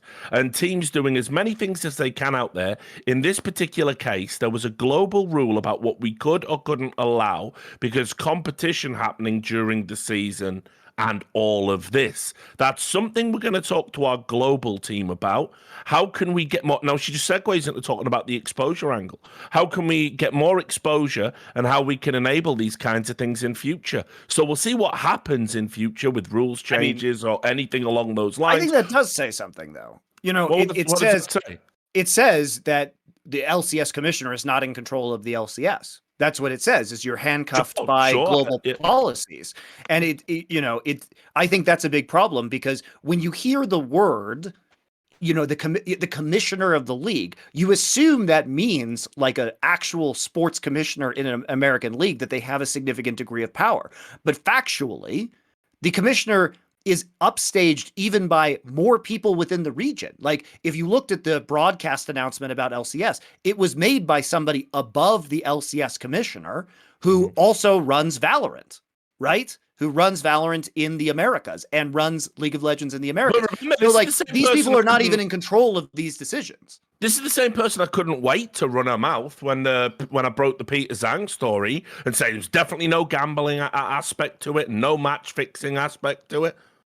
Said that within hours of the story breaking before they conducted any investigation. We still don't know what his motivations were for taking all that money. I don't know how you would possibly know that gambling wasn't involved with that, which is obviously a mistake. But I do think that in this particular instance, she actually didn't have any power to affect this because of the global policy. There are so many layers of executives in the esports department at Riot right now that the crazy thing is that when you're talking to a commissioner, you're talking to like a mid-level manager. Yeah. You're not talking like there's regional managers. Then there's the hierarchy of the C-suite of esports people, of which John Needham presides over everything. But the commissioners are several rungs down on this ladder. Yeah, I would say that one of the most common lines we heard when we were asking for things from Riot was, it has to be cleared by Riot Global. It became like a meme amongst the owners on it, even like asking for something incredibly small or just clarity on something we'd already been told. And it's like, need to check with Riot Global. And you'd usually have these systems where it's like, oh, if it's the first meeting of the year, it's what do you want answered in the second meeting? Because the joke was that it takes that time between the two meetings for them to check everything with Riot Global. So it's funny that to me that hearing that seems to be the same system. It's like you can appoint these people and give them whatever fucking titles you want, but ultimately it still comes back to the absolute peak of the pyramid, and it's probably that fucking cunt and his best mate running everything and making all the decisions still. So by the way, there's actually a topic that was related to this year in League of Legends and a lot of the things we've talked about that we could maybe resurrect, which is I cannot believe genuinely, like, for example, Richard, I'm talking to Richard Lewis here. If you think about how in CSGO, actually to some degree, fans are tuned into concepts like what the rulings, like, what's ESIC doing, what's ESL doing. Believe it or not, everyone, because of that whole Danny thing, which was related to mental health, everyone just sat back and acted like not only was it fine that Riot just changed the rules of the entire substitute situation and violated them, by the way. They claimed they were making an emergency sub. Now, if people don't know, the way it works in League of Legends is when you start the playoffs, because I read the whole rules, so I know this is for a fact.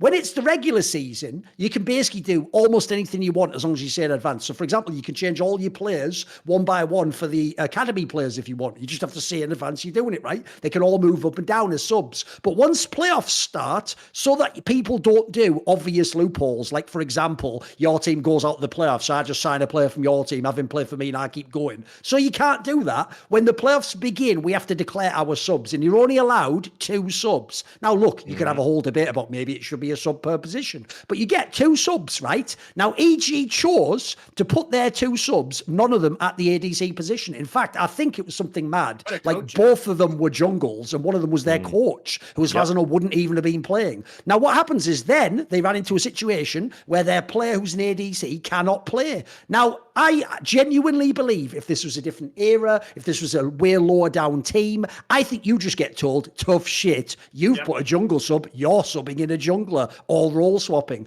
But magically for EG, not only were they allowed to just invoke a new sub who was never registered. By the way, this player already was playing on their academy team, which means they actively chose not to list him as a sub for the playoffs. They were allowed to bring him in, and this is the craziest detail. I will admit, this is extremely rare and has nothing to do with Riot, but it was also the only time I have ever seen in the history of League of Legends where a player who I had billed as one of my stars has to leave essentially through injury, is replaced by a player I didn't even view as valuable enough to put as a sub, and it was an upgrade in the server, both actually for his play and what it meant, like in the draft, for example.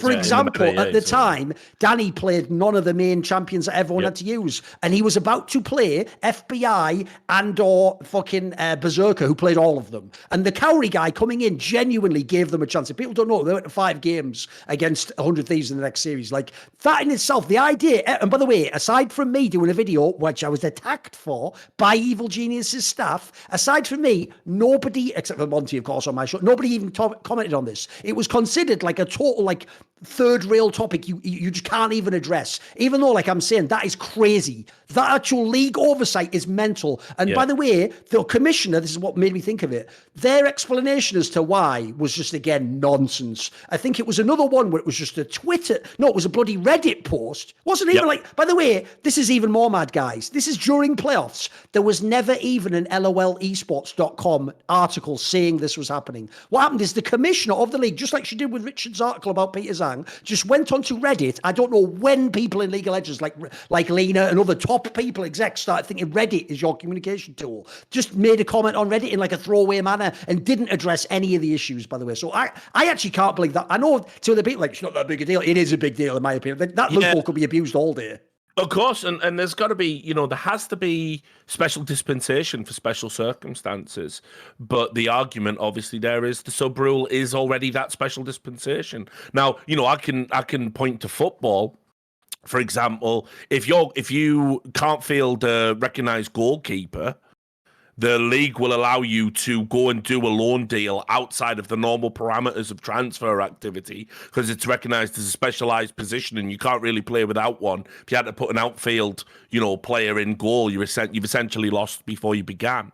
But I don't really know what the equivalent would be in an esports context, and obviously we've had some high profile people need to take extended mental health breaks because, as Monty said, being a pro player ain't all that, and it only gets, yes, they do get a lot of money, but they get a lot of scrutiny, and particularly in League of Legends. Not worth the money they get. Let's put it that way. Well, for the top percentile, it definitely is. I won't shed too many tears for them, but for the average, LCS player in the league, the scrutiny, the pressure, and the workload, all in an evolving meta that you constantly have to keep up with.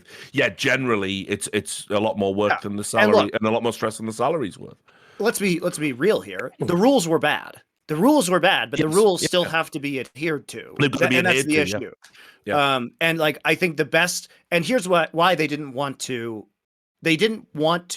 force them to use one of these substitutes, even though EG had abused the substitution policy to get an additional coach in the room, which is basically like they limit the number of people who come into the room. The subs can be in the room. They wanted more coaches. They put the coach in that position. At that point in time, you're like, well, guys, this is how you chose to use your sub, so fuck you. That would have been my response as the commissioner. Like, you made this choice. Also, I mean, look, if I'm the team they're playing, I'm not playing that game.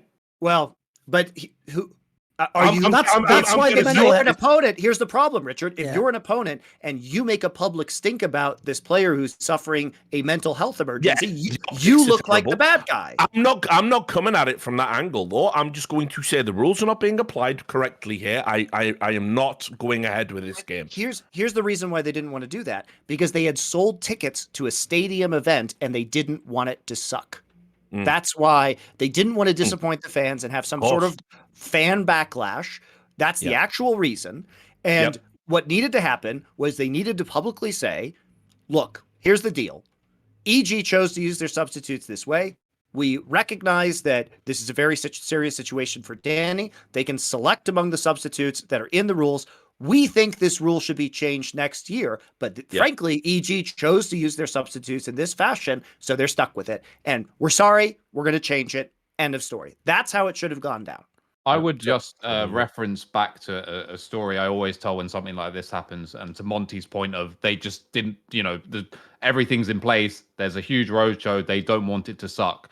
I will never forget being in that Riot meeting where they literally put up a PowerPoint slide, which is literally just a spectrum with what is it, MLB on one side, because for those of you who don't know, MLB play like 180 games or whatever per season, and WWE on the other side. I'm not joking. It sounds like a parody. It's not. And they said, right now, we're here, and put a little dot like somewhat closer to MLB. And they said, we want to be here, and put a little dot right next to fucking WWE. It sounds like some Ricky Gervais show or something, doesn't it? I know. It happened. There are other people who can vouch this happened. And the point being, they care about viewership and viewership alone over competitive integrity. 7 days a week, twice on a Sunday. That is just the reality. That is the reason why they stuck with BO1s for so long. And they said, guys, the data just shows, and to be fair, the data did, but also the data was fucking terrible because the only juxtaposition that they had was best of fucking twos, which is like, or that's best a of parody threes, concept in itself. or best of threes. They were running at NA at the same time,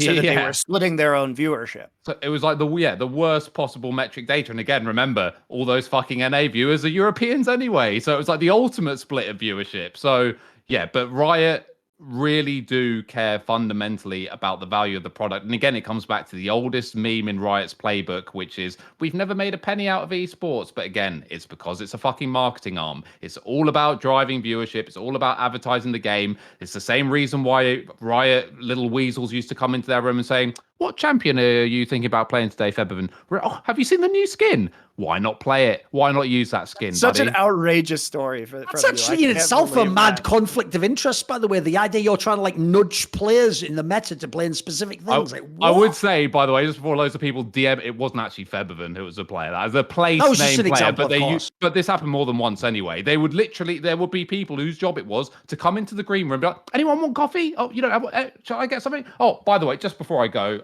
yeah, so that toboggan corky thing, oh, well, you can't use that one because it's banned. But what about this? Like, these were real conversations, and they would try and use all their tact and fucking level 1 acting skills to, play it off. But we've had some more complaints from Cloud9 staff members about police-themed skins. Yes. So I forgot about that. Please don't use those where possible. It also just makes it sound like some seedy Riot guy, like a fucking raincoat's like, hey kid, you want to play some? You want some skins? Open his jacket.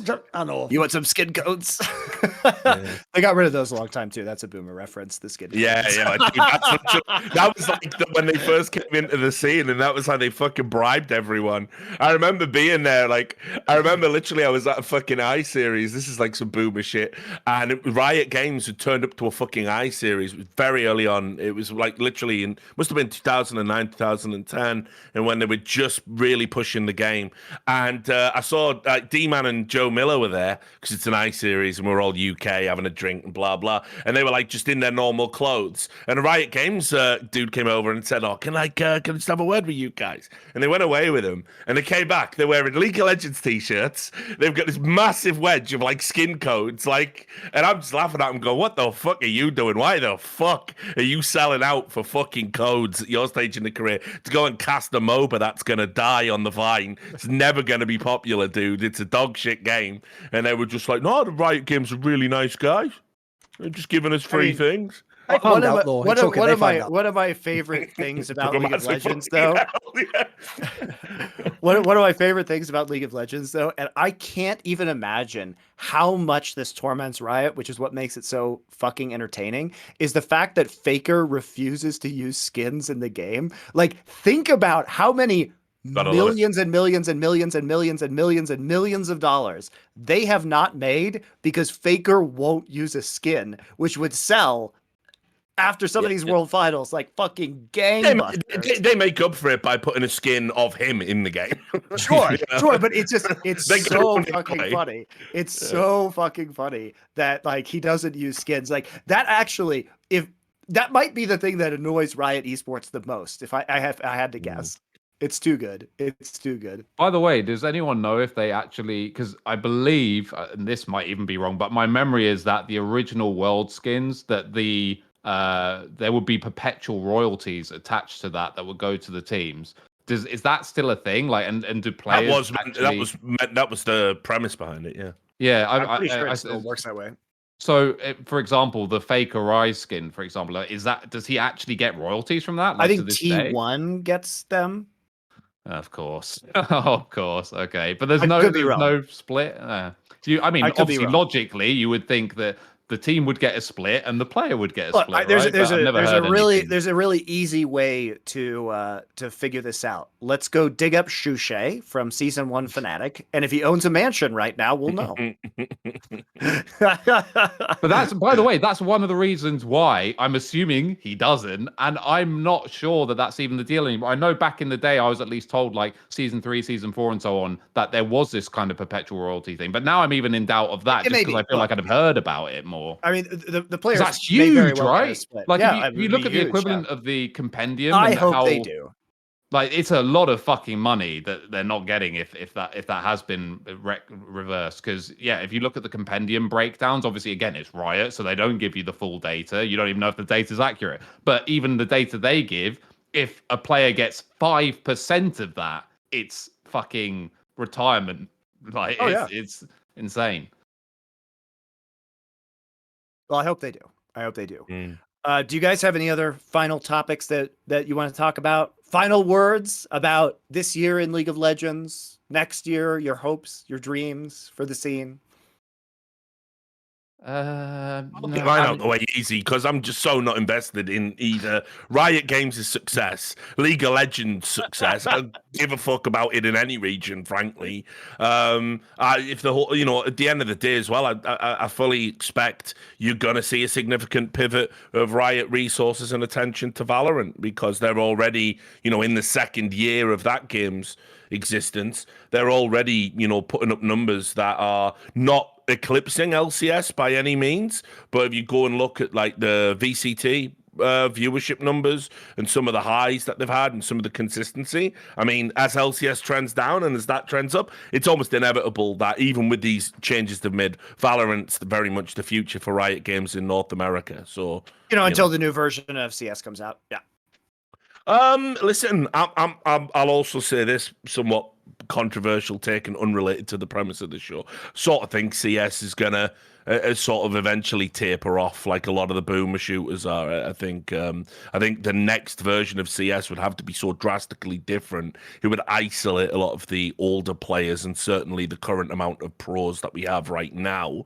And personally, I don't think you're going to get an FPS that's going to capture what Zoomers want from fundamental game design as well as Valorant does. So, it would be sad to see Valve create a new version of CSGO and have to essentially clone Valorant, which is 70% CS DNA just with a Zoomer twist. Anyway, so no, I don't think that'll happen. I think Valorant is going to become the premier FPS in the next, for the next 3 to 5 years. I think I would just I think they will graduate from Valorant to a new version of CS. But that's my take. We'll see. We'll see.